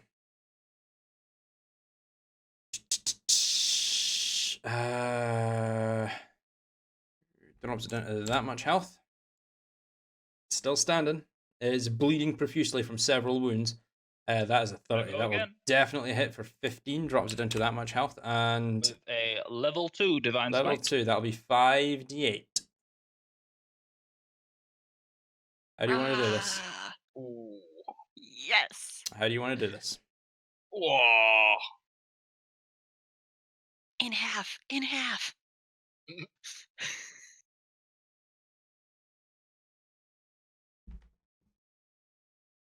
Let's cut this thing's leg off or something. I don't know. Okay. I'll give you Start some at the kind bottom. of kind of some dramatic flair to it. Your strike, you stick your longsword like deep into the one of the pectoral of the Baelor, and it just kind of stands there stunned for a moment. You kind of draw out and slash at his leg, and your blade actually carries its legs up, and like it's kind of like you lift it off the ground completely, and as you carry your momentum over, you shoulder charge into it and kind of just beat it away from you a couple of feet, as it then drops to the ground. The moment it drops to the ground, and I this is too much dice for me to roll, so I need to do this on my phone. Who is within 30 feet of the Baelor? I forgot about this. You. Is it every creature? Each each creature. You're gonna die, and you. So I need everyone within 30 feet, that's except Victorious, to go ahead and roll me a Dex saving throw, please. Oh boy. I've fought one of these fuckers before. I wasn't getting anywhere near that bastard. Right, so 6, that's a big number, right? okay, The last 6 we did summoned a little guy. Talar rolls a 12, Nestari rolls a nat 20 and saves, Coralina rolls a 17, and Temple rolls a 6. Nestari, you save. The Glabrizu fails. Your Phoenix is fucking gone from this. I'm sorry. That's fine. And the saving throw from the water elemental. Nope, it does not save either. Is it just evaporate into steam? No, it survives. It survives. Just, it's on that much health. Just, but yeah. Anyone who doesn't save takes 77 points of fire damage as the Baelor explodes. Wow! What's the save? Okay, I'm dead. Dex, it's a DC 20 Dex saving throw, or you take 20 D6 of fire damage. Half as much on a successful save. So it's just you from now on. I'm sorry, you're the only survivor. So who has Neftari? You take 7. So that's 76. So that is 38 points of fire damage. Everyone else, including the Glabrizu, takes 77 points of fire damage as the Baelor explodes. Its weapons, like the fire whip, the lightning longsword, all completely destroyed. I mean, what does 68 health even mean anymore? Nothing. Damn. So, Neftari, how are you still up or are you down? Did the Glabrizu take damage as well? The Glabrizu did take damage. Are you still up, Neftari? Yeah. Yeah. You're still up. Cool. You took 30. What was it? 30. 38. 30, no. So 35. 37. You took 37 points of damage. Half of 37 is 8. I need you to roll a con save of 8. Con save DC 18, please. Me? Yes. You're concentrating on your sunbeam. You've just taken damage, so you need to make a con save of 18 to keep concentration. Otherwise, it's gone. No, your sunbeam's gone. You cannot cast it. You'll need to expend another spell slot if you want to cast it again. I've also lost concentration on my elemental. You have, because you have fallen unconscious. Now, let me double check something here. I'm pretty sure it just means that your elemental is now no longer. If concentration is broken, the elemental doesn't disappear. Instead, you lose control of the elemental. It becomes hostile towards you and your companions, and it might attack. An uncontrolled elemental can't be dismissed by you, and it disappears 1 hour after you summon it.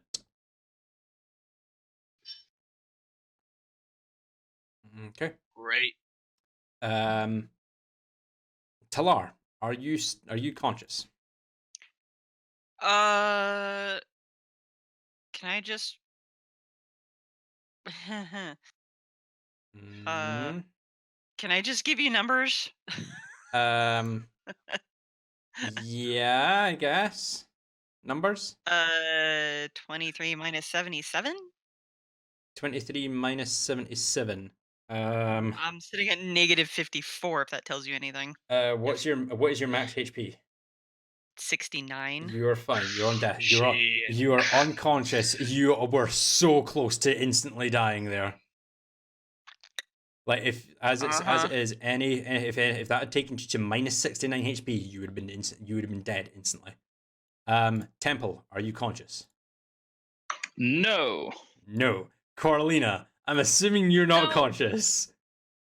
No, No. I am. Okay, so the beacon is now gone, so you don't get advantage on your death saving throws.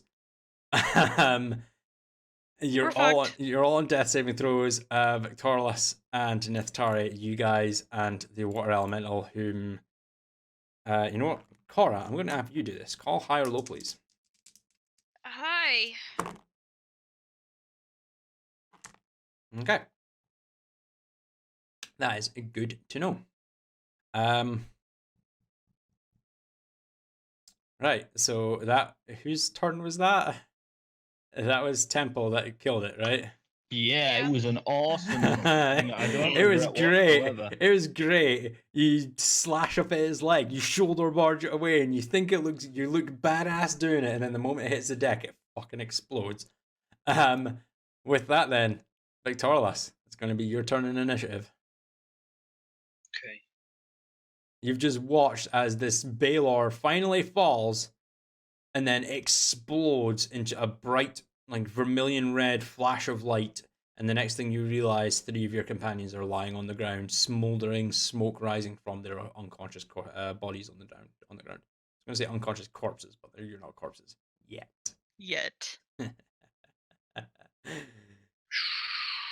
That went better than expected. I mean, Better? Oh no, guys, you're unconscious.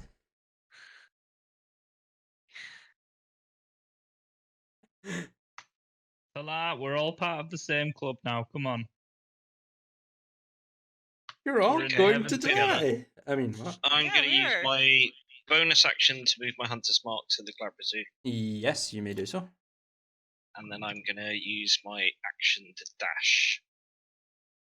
I'm expecting some John Wick shit right now. Come on, man. Okay, you dash up to there. That was 55 feet of movement.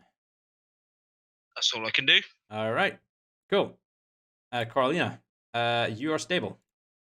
Yes, thank you. Nithitari, is your turn in initiative. I go down to the group. Unfortunately, I can't cast Mass Cure Wounds because I don't have the slot. Okay. Just get them up one at a time, Nethari, whatever it takes. 4th level Cure Wounds. Was Talara on like minus 50 something? No, so Everyone's at 0. Yeah, everyone Everyone's is at at 0. Once you, if you take damage that knocks you unconscious, it goes into negatives to determine massive damage.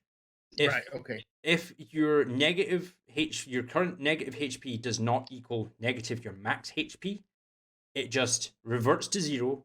You are unconscious and on death saving throws.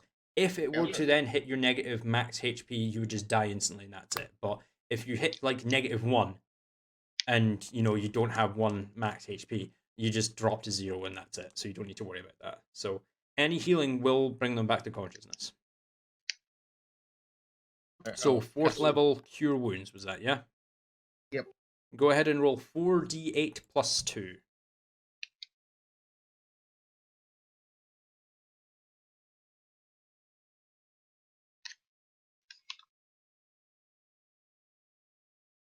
Talara, you regain 27 HP.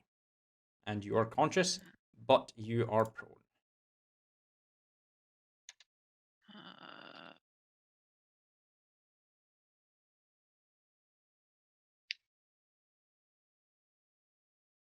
Yay! Okay. Anything else you would like to do on your turn, Nethitari? That Cure Wounds was your action. You still have your bonus action and I think 10 feet of movement.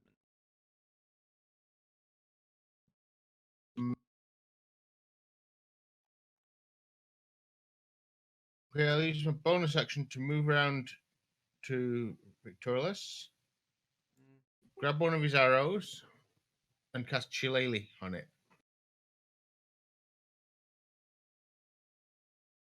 I had no idea you could do that. That's awesome. That's down to the DM. I had no idea you could do that either. You cannot do that. The wood of a club or quarterstaff you are holding is imbued with nature's power. For the duration, you can use your spellcasting ability instead of strength for the attack and damage rolls of melee attacks using that weapon. The weapon's damage die becomes a d8. The weapon also becomes magical if it isn't already. Spell ends if you cast it again or let go of the weapon. So it has to be a club or a quarterstaff. You cannot do that on a arrow, unfortunately. That's damn creative, do it though. on a Even bow if only either. for one use, that'd be damn creative if it did work. Yeah, if that worked, that would be pretty badass. But It'd be awesome if he unfortunately could hold on to my bow and enchant it while I fired it, and that would be cool. But it'd be interesting to see, right? But unfortunately, Shillelagh will not work on that. Okay. I should revive Temple because he could do the most damage against that thing, but he'll just go and get himself killed. I have at least revived a healer. That's it. Okay. And is that everything for you? Yeah, for now. All right, cool. We move on to the elemental's turn. Since it's now free, actually, it's going to get its turn now. Since Coralina, you just stabilized and it's no longer in your control, so it's going to get its own initiative. So that is 11.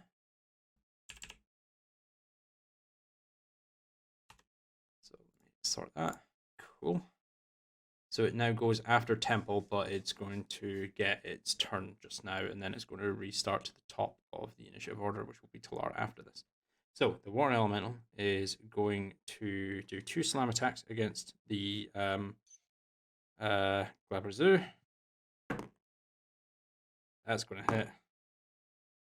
That's 14. That'll miss. So the first one hits for 2d8 plus 4. That's 7, 8, 15, 16, 19 points of damage. Dropping down to that much health. And then the Water Elemental, I keep going onto the wrong page, is going to slink over on top of the Glabrazoo once again. And the Glabrazoo is going to make a DC 15 strength saving throw. That's a natural 18. As the Glabrazoo is then shunted out. Actually, is it going to be that direction? Let me go ahead and roll another. Yeah, it's that. Or it gets shunted out in that direction, sorry. As it makes a save and is able to successfully push out of the form of the Water Elemental. With that, we move up to Talar's turn in initiative. You are prone, but conscious at 27 HP. All right. Expending 15. Half my movement to be able to actually move around. Yep, you're standing. Okay. Recasting Beacon of Hope on all of us. Yeah, you may go ahead and do so. Nice. Okay. And believe. Please tell me. Okay. Nope, not that one. And bonus action healing word. Let's see. Creature of your choice. I'm going to do that on Temple. Okay, what level? Second. Second level. Temple, you regain 12 HP and you're conscious. That's all I can do. Was I drinking again? What? Okay. No, you weren't drinking. With that, Just get your butt up. that Which moves HP was on that, sorry? to 12. Okay.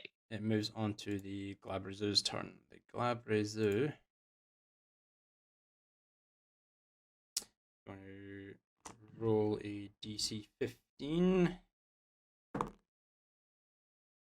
Yep, makes it. Water elemental loses its form and sinks into the cobblestone, the water slowly dissipating before evaporating with the nearby heat from the exploded Baylor. It's then going to, the Glabrezu is then going to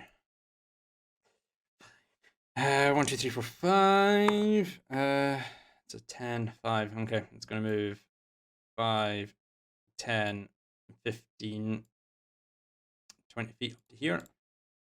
And it's going to attack twice with its pincers against you. That's right. That is a unnatural 20 to hit. I don't know. Do I still have the You still have your shifting. That's a +1, so I think that puts your AC Oh, to 19. Yeah, unfortunately that'll hit. So it's 2d10 plus 5. 7, 15, that's 20 points of bludgeoning damage to you, and you are now grappled. Yeah, 20 points of bludgeoning damage. And then it's going to make a second attack against you. This is going to be at advantage since you are grappled. It's a good thing too, because that is a 7 and a 17, so that's a 26 to hit. That's 8, 6, 14, plus another 19 points of bludgeoning damage. 19. So 20 and 19, 39 points total of bludgeoning damage, and you are grappled. Go ahead and put that down on you. Okay. At the end of its turn, let's hope you guys are lucky or not. That's a 59. Your luck holds out. With that moves on to Temple. It's your turn in initiative. I'd really like for us to kill this thing. I'm going to use half of my movement to stand up. Yeah. And I'm going to move around this as far as I can. Mm-hmm. Where would that put me, DM? Here? You could move to there or there. You could move anywhere, essentially. Oh. So you can move there if you want, yeah. And I'm going to have a good smack at him with my sword, right, please. Cool. At advantage, it's flanked. Actually, I'm going to do something else first. I'm going to use my bonus action for a second level branding smite, because I really want to add as much damage as I can to this attack. Alright, cool. Second level branding smite. And go ahead and roll your attack. 27 will hit. 11 points.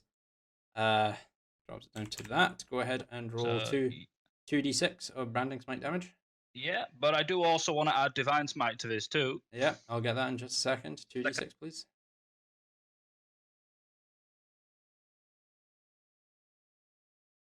For 6. Drops it down to damage health.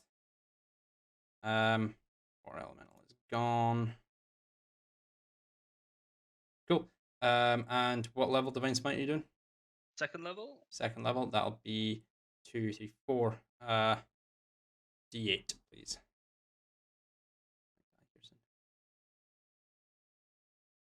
Isn't it a fiend or anything? It is. That's why I'm saying 4, because you get actually wait, 2 is 3 plus 2 is 3, yeah, and then your improved divine smite, and then +1, yeah. So yeah, sorry, 5d8. Not 6, not 4, 5d8, 28. A lot of damage. Yeah, that's a lot of 8. 28. Drops it into that much health. And another one, please, Carol. Yeah, go ahead and roll your attack. Advantage. Oh, I didn't even roll the last one at advantage, you know? No, you didn't. But we're moving swiftly onwards because that is 11:15. So let's move swiftly onwards. 20. At advantage? That was at advantage. That just hit. Go ahead. So that is 11 points. Drops them down to that much health. Divine Smite. Okay. Yeah, a first level. First level, so that's 1, 2, 3, 4, D8.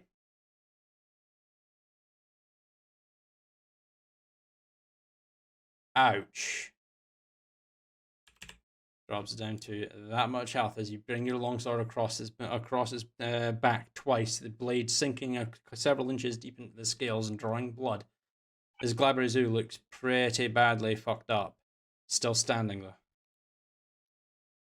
With that, we'll move to Victoralis. It's your turn. Victoralis, finish him!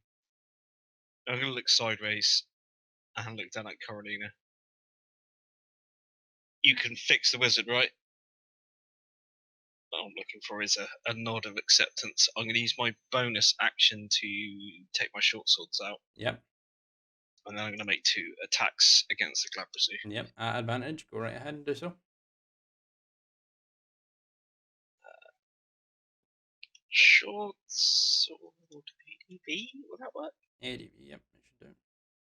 Then just hit 1.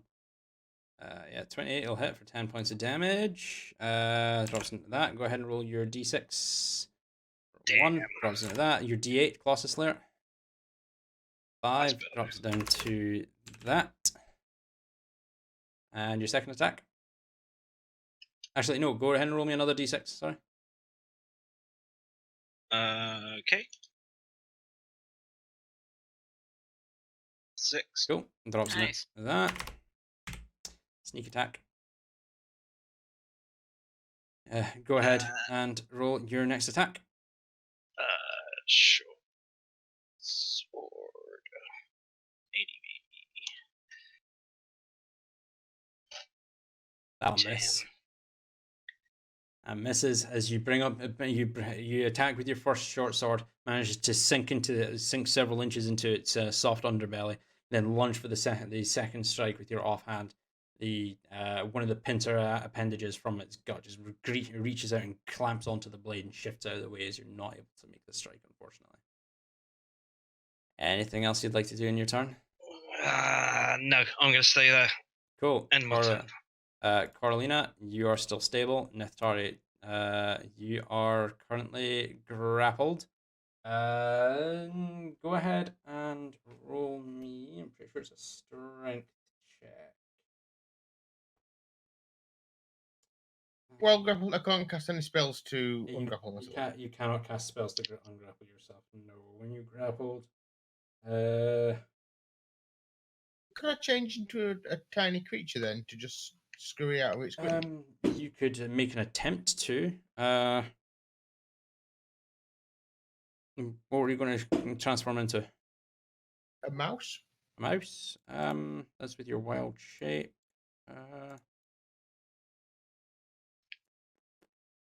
Yeah. So you can do that. You just like as it's got you with the other pincer, your wild shape, and you just shrink down to a tiny little blob of brown fur in its pincer, and then just hop off and drop to the floor and scurry a couple of feet away from it. Glabrezu just kind of glances down, looks for you, and notices you as a tiny little mouse. The fuck? No longer grappled. Anything else you'd like to do? Yeah, was that that was an That's action, your wasn't action it? to do that as a wild shape, yes.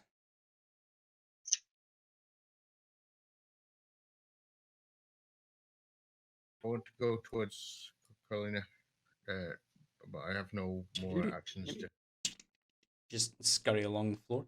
You just, as you glance up, you can see this Glabrezu, like you scurry under its leg, and you just see this Glabrezu kind of glance down and follow you in between its legs before it glances over its shoulder and sees you scurrying just behind it. That we move up to Talar. It's your turn on initiative. All right. Let's see. She's going to look up at this creature. Mm-hmm. She's not exactly thrilled with this creature. She's going to stare at it in the eyes, point at it, and cast Guiding Bolt. Okay, what level? The only one I can do at the moment is second. Okay. It's a ranged spell attack. within melee range. What's its attack range? 10 feet. This is going to be at disadvantage. This is at disadvantage. You're making a ranged spell attack within melee range of an enemy. That is at disadvantage. The same applies to a normal, like a ranged, like a bow attack. If you're in melee range with an enemy, imposes disadvantage. Like it would kind of reach out and try and stop you from casting the spell, or knock away the bow or the gun or whatever. So if you're casting within its melee range, which is 10 feet, it will be at disadvantage. Fire it at the DM instead. Okay, I didn't realize that. I'm sorry. It doesn't say anything in here about that. Can I? Am I within its melee range? You're within its melee range now. If you step away, it will provoke an attack of opportunity.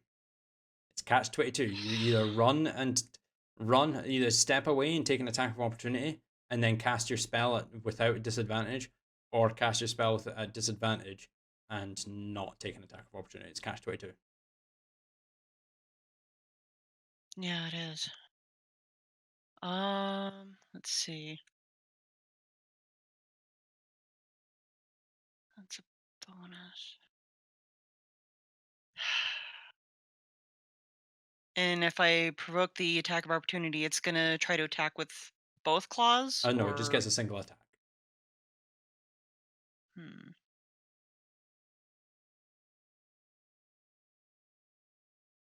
So therein lies the issue. Because it's no longer grappling anything, if it hits you with its pincer, you're grappled and you won't be able to move away from it.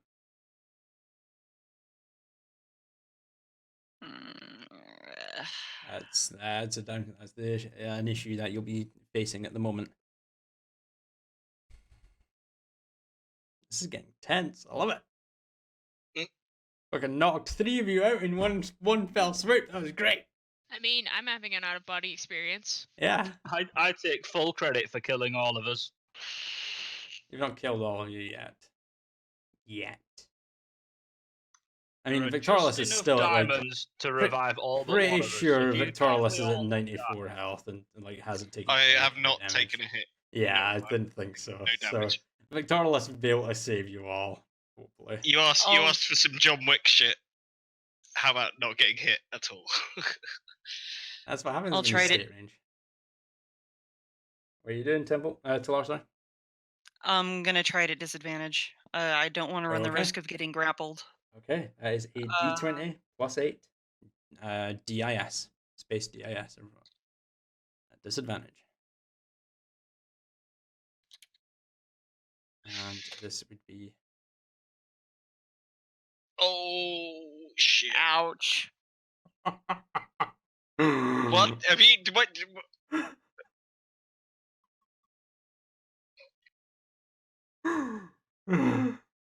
Poor Temple. Yeah, poor Tem. I mean, we all knew it was coming. Just come on. Shoot myself in the face.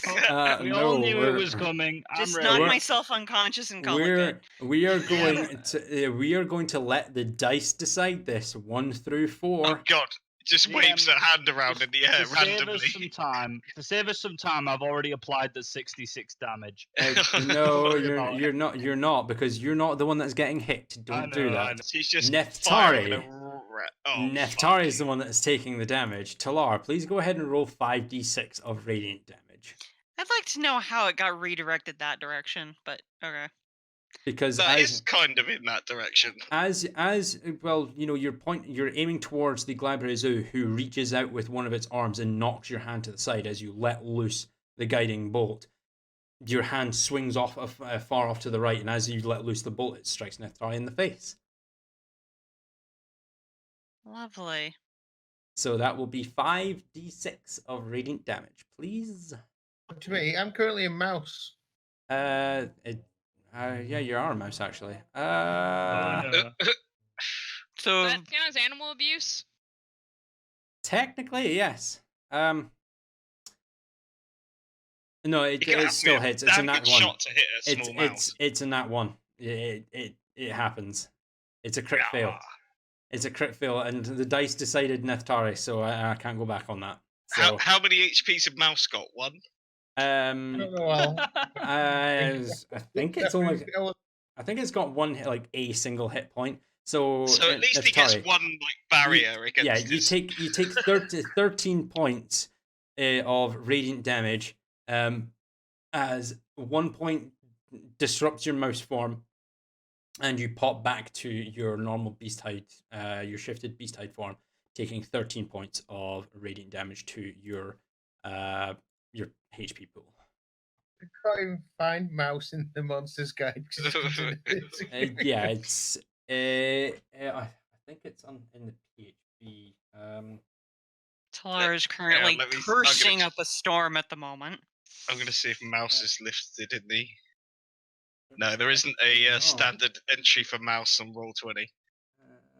13 damage. That 13 damage, yes. Yeah. Well, at least I'm back to my normal self. Yeah, She's cursing up a storm and apologizing to you profusely. Right. Is that everything for yourself? I haven't done a bonus action yet, so what the hell? Let's try this. Spiritual weapon, level 2. Okay. God, Temple's gonna get hit in the head again. Where are you summoning your spiritual weapon? As far away from Temple as possible. Okay. Pop it down there and give you control of it. There you go. Go ahead and roll your D20 plus 8. D20 plus 8, yep. That'll miss, unfortunately. Of course. Can't get any freaking hits today. No, unfortunately not. It's average just does not like you. As the phoenix again rises up, goes judges its height and tries to rake down its talons and just misses by a mere inch of the Glabrezo's head. With that, I'm assuming you're not going to move anywhere? Not at this point. Cool. Gonna move on. She wants to punch it in the face at this point, but He's gonna move on to the Glabrezo's turn. Let's see if your guys' luck holds out. D100, go.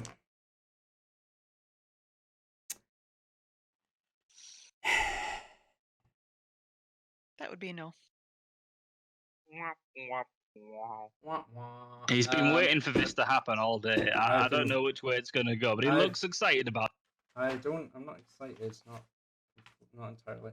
Let's see. Glabrezo has a 30% chance of summoning. Right, so another Glabrezo. Yes, it does actually. 1, 2, 3. Got a choice of things actually, I think. It's 3 things I can summon, so I'm going to roll a dice here. If I roll a 1 or a 2, you're getting 1d3 rocks. If I roll a 3 or a 4, you're getting a Hezarus, a 1d2 of Hezarus. If I roll a 5 or a 6, you're getting another Glabrezo.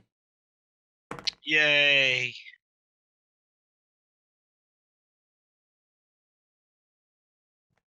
I think we just got another one. We got fucked, man. I'm taking a photo of this.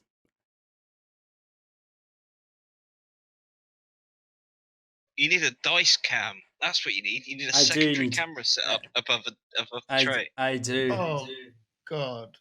That's a 5. That's another Glabrezo. Goody, goody.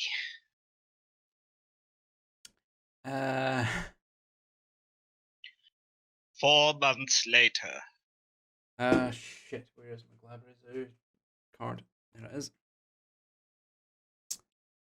Atari, do you reckon you could like summon a puppy or something that could run around this big room long enough for it to take a short rest? Keep him entertained for like half an hour while we have a sit down. I don't think it'll do any good for me. Summon anything.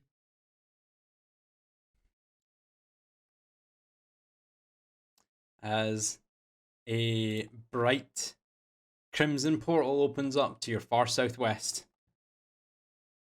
and another Glabrezo steps through. Kind of dazed and confused, it can't act on its like the first round of initiative. But the Glabrezo does successfully summon a companion.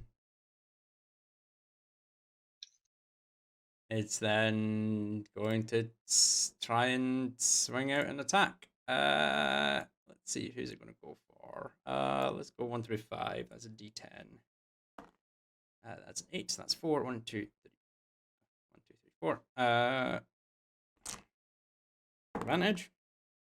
12 and 17 plus 9. That is a 26 to hit you, Coralina. So that'll be 2 I mean, failed. I'm unconscious, so that's a critical. That's 2 failed death saves. Yep. Bye, guys. Did I fucking say? Its second attack. At advantage. That's a 2. That's a 3 plus 9. That's a 12. Does that hit your AC? Who's AC? Yours. I'm unconscious. That's an automatic critical. I'm dead outright. No. It still has. It's advantage. It just gets advantage on the attack. It doesn't automatically hit. I mean, my AC's 11, so yeah. Wait, your AC's 11. It is 11 because I didn't go shopping for armor. Yes, it is, sir.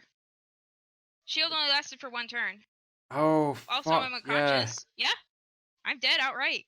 Do I get a dramatic death? Please? Yeah. You. Wow. You all watch as this Glabrezu, blood freely flowing from all of its wounds, kind of in its death throes, just utters something in that same guttural language, that sharp language that you don't understand. It reaches down with its pincer appendage and clamps around Coralina's neck and lifts her up into the air. You, unable to react quickly enough, you all watch on in horror as there is a sharp movement to the left. You hear a crunch as this thing breaks Coralina's neck and then drops her to the floor. Coralina is dead. It's okay. I can fix that.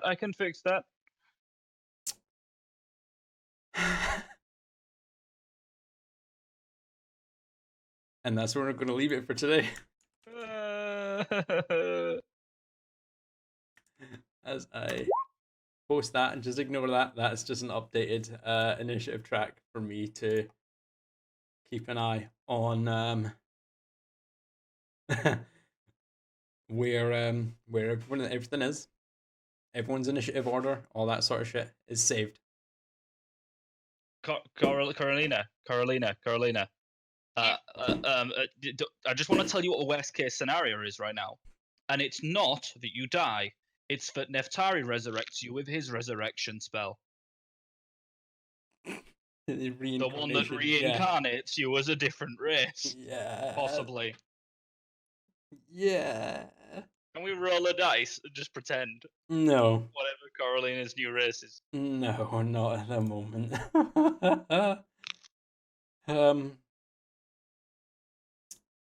Fuck. That's what I'm saying. Yeah, so Wow. You're supposed to pick a roll. What did I fucking say? You guys are okay to pick up the wizard, right? I attack with my short swords. I thought. No. Yeah, that was like Yeah, 6 pick up seconds the ago. wizard. No, don't do that. Fuck you. Right. So we'll hopefully pick this up next week. How lucky are we for there not being about 8 Glabrazoos? Because I had you roll the dice every single turn. Well, not every single turn, but every single time the Glabrazoo rolled around. A Glabrazoo only has a 1 in 30 chance of summoning another demon, and then I had to roll to determine like what demon it is that it summons along. It's 30%. Yeah, it rolled a 71. So that's within the percentile.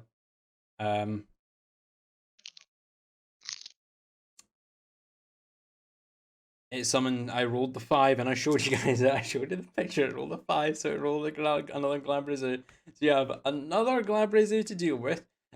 This one I will say before we cut out is a little bit smaller in size, a little bit skinnier. Doesn't look as intimidating as the one that was brought in by the Baelor. But it's still a Glabrazoo. So Got another one Please to tell deal me- with. Please tell me that like after my neck snapped, they kind of like tossed me aside like a fucking ragdoll of like I'm gonna eat you later. No, it was just reach down, grab, lift, crunch, and then, well, it kind of tossed you, but it was more of like a light toss backwards. So you just kind of ragdoll backward and flop over onto your back, neck Yeah, like- broken, Like leg. I'll deal with these assholes first. I'm gonna save this one later for a I'm snack. gonna eat you later, and then turns to the others. But yeah, Well, so, don't give up yet. what did you guys think of that one? No. Can I just Again? say, That is Right. another fatality in the span of what, 3 sessions? Scott, you might be the Dark Souls of DMs, right? But for God's sake, there's one thing that I can never forgive you for, and that is killing poor little rubber ball. Oh, He poor had little hopes, he robot had boy. dreams. We don't even remember his name. He But didn't- goddamn, that he didn't critical even with have- 9 damage. He didn't even have Okay. a name. Well, Scott, here's one for you. What could I have summoned with that arrow potentially? What would be the most? Okay, so it rolls off of the wild magic table. Let me go and get that back up because I had it here somewhere. Right, so you roll a d100 and it does a random thing. So I'm going to roll a d100 here on my. You can't see it obviously, but I'll tell you what it is. That's a 74.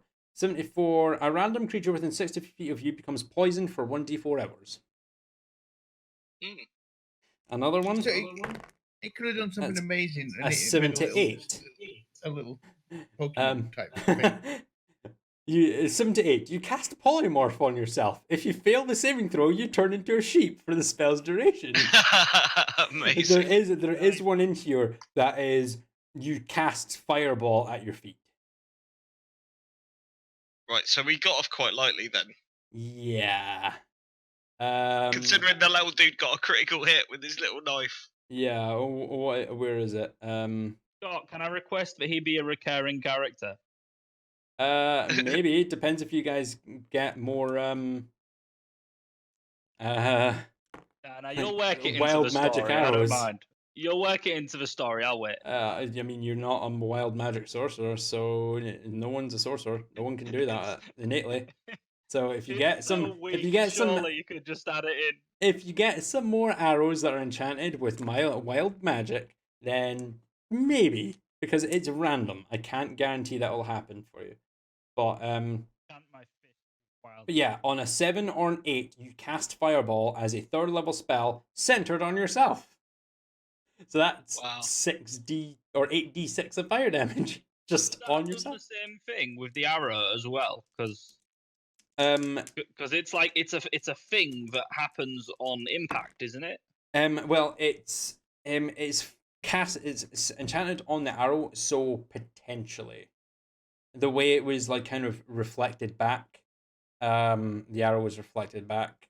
It popped up next to Victorless. But if you were to hit and then it rolled a fireball, it could have just cast it directly on like where the arrow hit. But you won't know until you next try it.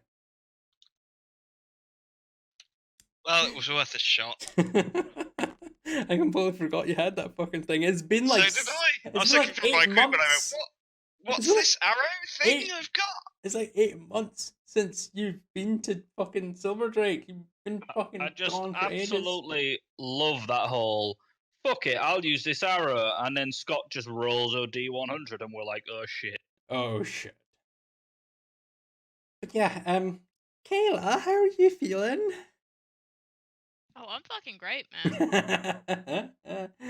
I mean, you're dead, so I mean. Yeah.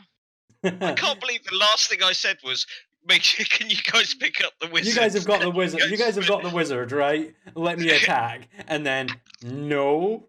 No, fuck the wizard. And the shit thing is, I rolled a d10 to see which of you it would attack, and I rolled a 5, which lands on Coralina.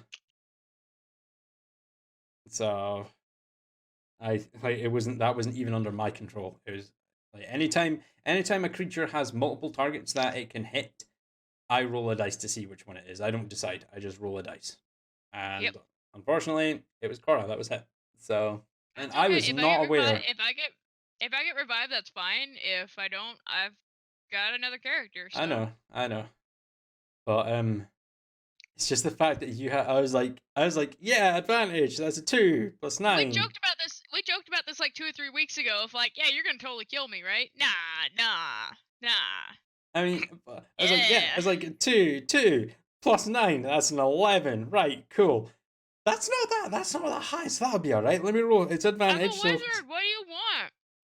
I'm pretty sure my wizard has a higher AC than yours. Do you have fancy cloaks and shit? No. My wizard's base AC is 12. Yeah. It sucks, don't it? Yes. So, but I make it upon myself that anytime we get into combat, I immediately cast Mage Armor on myself. Like, no, my AC is now 15. Well, I was saving it to help the betterment of the party, so most of the party has survived, so I have since succeeded. Except yourself, you're dead. I said most of the party. Still 2 of these creatures left. As long as I don't die. Well, a 1 and a bit. I got diamonds. A 1 and a bit. But here's the interesting part, though, guys. Before we call it quits for the evening, the moment you guys start next week, there will be a tracker for how much time has gone by. You will be timed, because Revivify is within 1 minute. So you have 10 rounds of combat to get that done. Yeah. Like I can probably. I think we've got enough diamonds for me to cast Revivify like 4 times or something. I forgot what the value is of them, but yeah, the minute thing might be an issue. I don't have Revivify. I do. Temple does. Can you, Neftari, have you got Neftari does have summon any more beasties? Yeah, well, I might only be able to summon 2. Anything that will slow that bastard down. Yeah, and anything to just slow it down will be great. Yeah. Probably summon 4 horses. I have a question. Would everyone basically have like copper pieces on them, or is it all just gold? I've got loads of copper pieces. Yeah. Never mind, everyone. I need spell slots to cast Revivify. Oh, right. So that's not happening. So it sounds like Coralina's getting a new race. Magic Mansion. No, wait. Aeron has the Magic Mansion scroll, doesn't he? Never mind. Aeron has the. Yeah. Knew we should never given it to that bastard. Hey, I'm pretty sure he was the one that fucking bought them. So fuck you. I know. I love him to bits, but you know. I have a thought for next time, but me personally, I don't have any copper pieces, but I might have to. I've got 152 of them. So. Gentle Repose.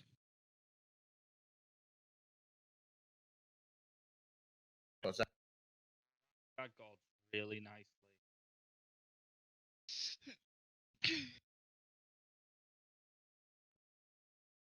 What is gentle repose? Your gentle repose. You touch a corpse or other remains for the duration. The target is protected from decay and can't become undead. The spell also effectively extends the time limit on raising the target from the dead. Since days spent under the influence of the spell don't count against the time limit of such spells as raise dead. So it lasts 10 days. But here's the thing though. It is 1 copper piece. But that technically doesn't have a monetary value listed in the item. It says 1 copper piece based on each of the corpses. Yes, but in accordance with the rules, it has to have a monetary value that says like diamond dust worth 100 gold pieces. It just says a copper piece. That could be a copper, like any piece of copper. And your focus allows you to cast spell. Your holy symbol allows you to cast spells without needing to use material like in place of material components. So you wouldn't need a copper piece to do that. It does not have a monetary value. But in doing so, you could effectively keep Cora safe from passing on permanently to cast Revivify for 10 days, which would give you enough time to have a long rest. Alright, well, Temple, I think I'm going to need to heal you up, and we're going to get into this smash some Glabrazoo shit. Right, and Well, I guess I know what I'm going to do next week. and with that, Forget all about that. we are going to go ahead and call that an end for tonight's session. A quick update on stuff before we go. I haven't actually heard anything from the designer as of yet. Designer. But but within 21 hours we should have our new logo, starting screen, AFK screen, outro screen, thumbnails for the YouTube videos, all that sort of shit should be ready to go with my artistic talents all a duck. Hopefully by tomorrow evening, because it's supposed to be done in the next 21 hours. So, or wait, how long was it? Yeah, in the next 22 hours. So by 10 p.m. tomorrow, it should be done. So we should be getting to see that soon. If not tomorrow, like if I don't hear anything back from the designer tomorrow, I will chase him up and find out what the fuck is going on, because it's been well over a week. Woo. And he's had my stuff. He's had the plans like for that period of time. So, fingers crossed. But anyway, with that, we shall bid everyone an adieu for this evening. You have all enjoyed tonight, guys. And Yeah. well, I guess we will see you next time, adventurers. Bye bye. Ta-ra. Bye.